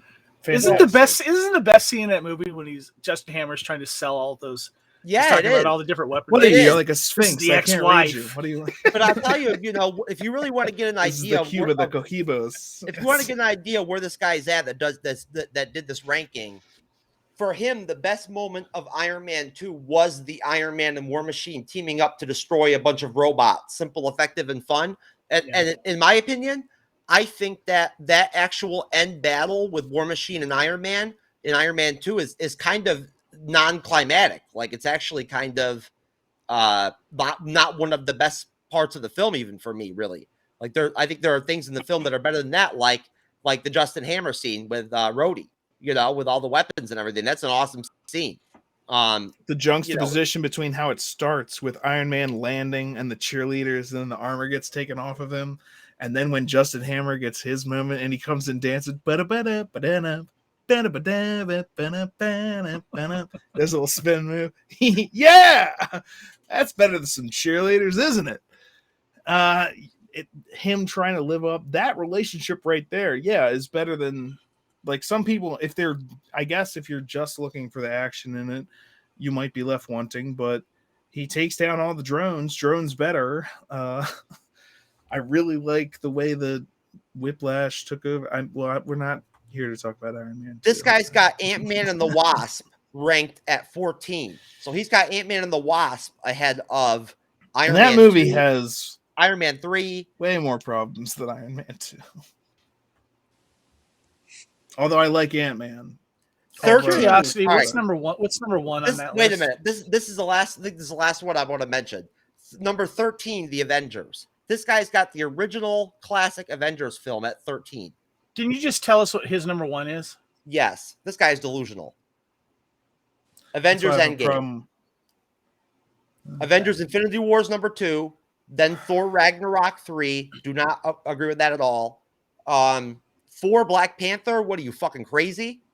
5 Captain America Civil War. If Black Panther is a better movie than Captain America Civil War, then we're living in the goddamn Twilight Zone. Well, you got to look at who made the list and why. Film is subjective. You have to understand each person is going to have a different opinion about a movie. So no list is ever identical. So, well, I just saw a list and it just said the definitive list of the best Star Wars movie characters. And I clicked on it just so I could scroll and see where Luke Skywalker was. And I hadn't even gotten to number 1, or I expected him to be about. He was number 12. Number 11 was L337 from the Solo movie, that droid. So they put Luke Skywalker, and I was like, your list is invalid because I don't think you even know. I don't know what you think you're doing. You offended me as a Star Wars fan. I decided I'm going to go ahead and make like a screwing around, like, just for fun. I'm going to do an MCU ranking and try to purposely like piss people off, like get people upset. And I'm just going to do some effed up ranking of the MCU, the Infinity Saga, and throw that shit up somewhere and let some people like check it out. Why inflame the just because hatred? Why just because it's an easy way to get clicks. Look, people will be furious about this. Yay! Hey, whatever. So, anyways, you can. I'm not saying you can't. Do it. No. Listen. I mean, honestly, I don't think I'll ever be trying to do one of these rankings or whatever as any kind of segment in the future. Hey, I mean, you know what? Sometimes this stuff is hit or miss. You give something a shot, try it out, and it falls flat. At the end of the you day, could make an entire episode where you just try and like actually rank them. That would be something where you had a group of people, because a lot of these lists are just like one person being like, yeah, here's my list. Most definitely. Get angry about it. I mean, that's well, listen, guys, this was a great Iron Man 3 review. It was awesome watching the fish video from TikTok with you guys. It was a really connective moment for me. Between all of you that I feel was really personally important for me. Kind of the core of the show. Yes, it was actually like the highlight. But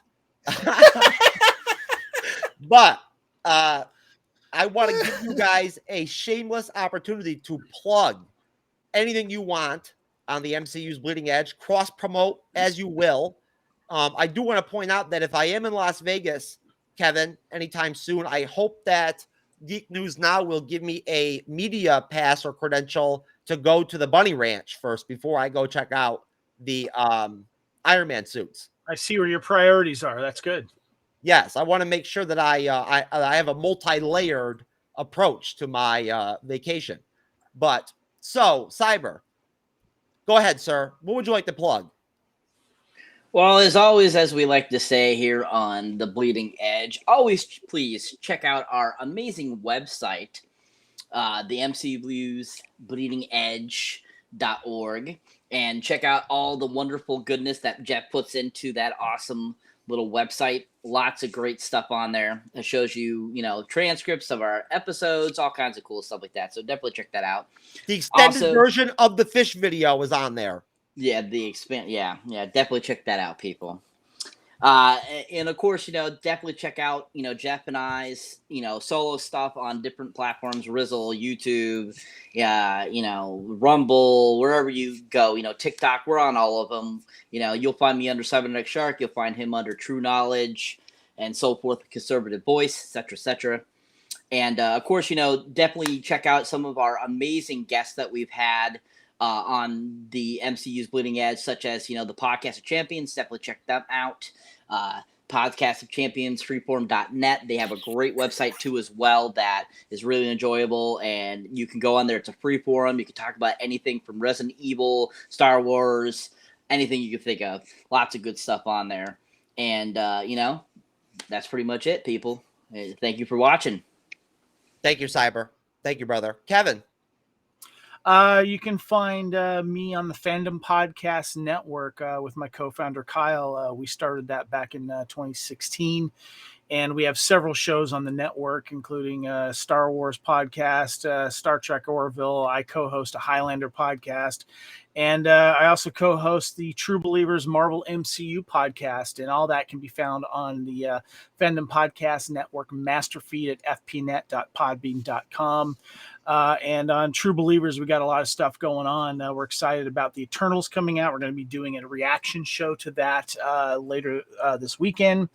And we're also in between covering the weekly shows. We've been revisiting the MCU, but what we're doing is we are doing it in the Infinity Saga chronological rewatch. Instead of in theatrical order. So obviously we started with Captain America first, and then we recently just released Captain Marvel, and the next one that we will be covering soon after the Eternals that we'll do before the Hawkeye series that we'll cover is we're returning to Iron Man and discussing Iron Man. Are you going to roll an invitation out to the MCU's Bleeding Edge to join in on some of this future content, Kevin? Oh, sure. Definitely. Yeah. We got a lot of stuff to cover, and we'd definitely love to have you on. So make sure you check us out there. And just real quick too, we also have a Facebook page for True Believers MCU, where we talk about all Marvel stuff. And we would love to have future guests on from here as well. And you can reach me on Twitter and Instagram at Spartan_Phoenix. That's great. And you know what? I'm actually a member of that page myself, and enjoy being on there and having an opportunity to be able to promote our content on there and everything and whatnot. Yeah. And I definitely, Kevin, I never thought about it until now when you mentioned it, but if anything pops up where I feel like, you know, there's anybody that I think might be a good fit for the show or whatever, you know, that I can throw a name out to you or whatever, or contact info, I will definitely try to, you know, help you out or whatever with some guests, because we do have some great people that come on here on and off, you know, some more regular than others, you know what I mean? So yeah, I mean, you know, I think we all should, you know, try to kind of not only cross promote, but if we can share our talent too, you know, why not? Yeah. You know, but Chris,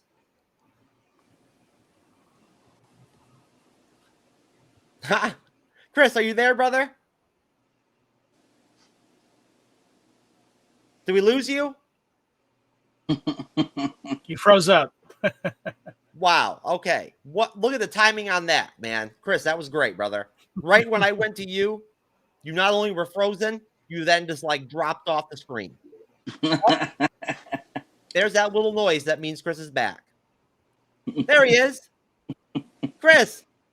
Hey. You're back from frozen mode, man. What's up? I think we were all signing off, and Hey, you want to plug signed off early. You want to plug your shit? Sure. Well, I host the Geek News Now MCU Mondays every Monday night at 9:30 Eastern. We talk about whatever is happening most recently in the Marvel greater universe, and every single Monday we have a different opening visual theme. I sing the same song every time, but it's a different visual theme. I don't know, maybe we can look at the last one that I had. If you can. I got it right here. You see that? I interviewed my cat with it. So I don't think that's a.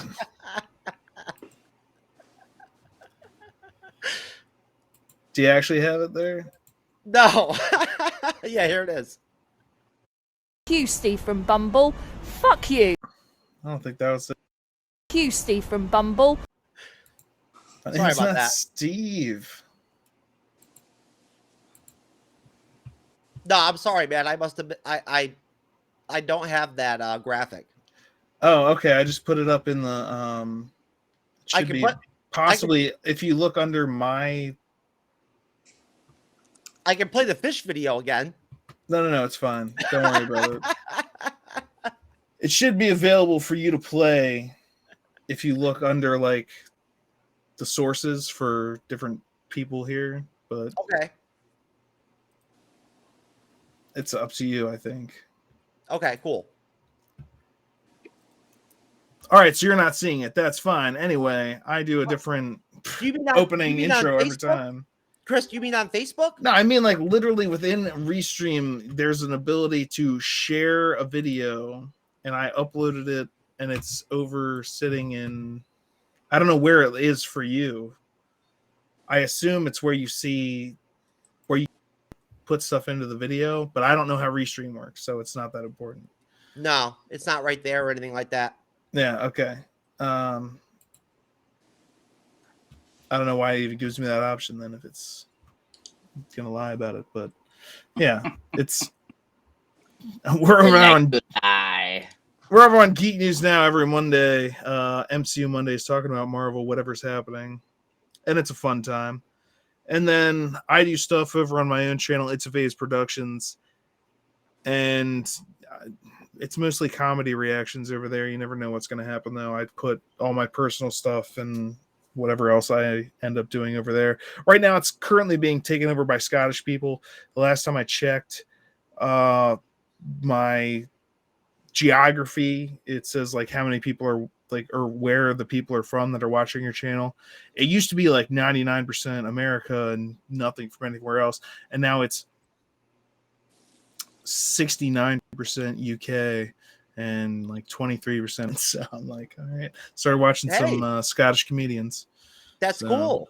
Hey, and you know what? Honestly, what they're asking for.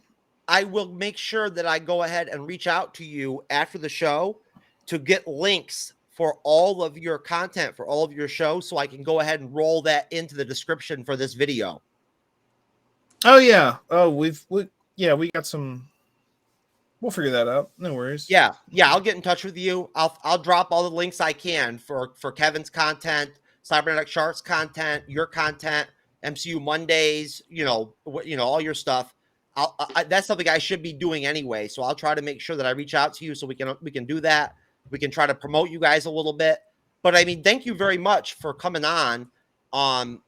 Chris, I really appreciate it. It was great having you for the first time. Thank you for enjoying us and liking us enough to want to join in with us. It was fun to record with you again. And thank you for the opportunities to come on MCU Mondays. And Kevin, thank you for being here again for another Iron Man review. Appreciate it very, very much. Thank you, sir.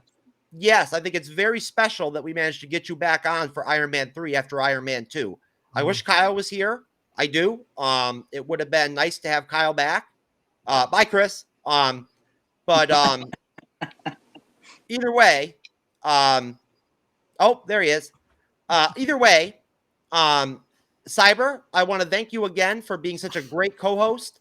And of course, it will be Cyber's turn to moderate next Wednesday. So You probably will not see fish videos or anything like that occurring during the show, since Cyber is a little bit more professional than I am at the end of the day. But yeah, so Cyber will be getting after it. We'll be doing Thor: The Dark World review next Wednesday evening, live stream review, right, Cyber?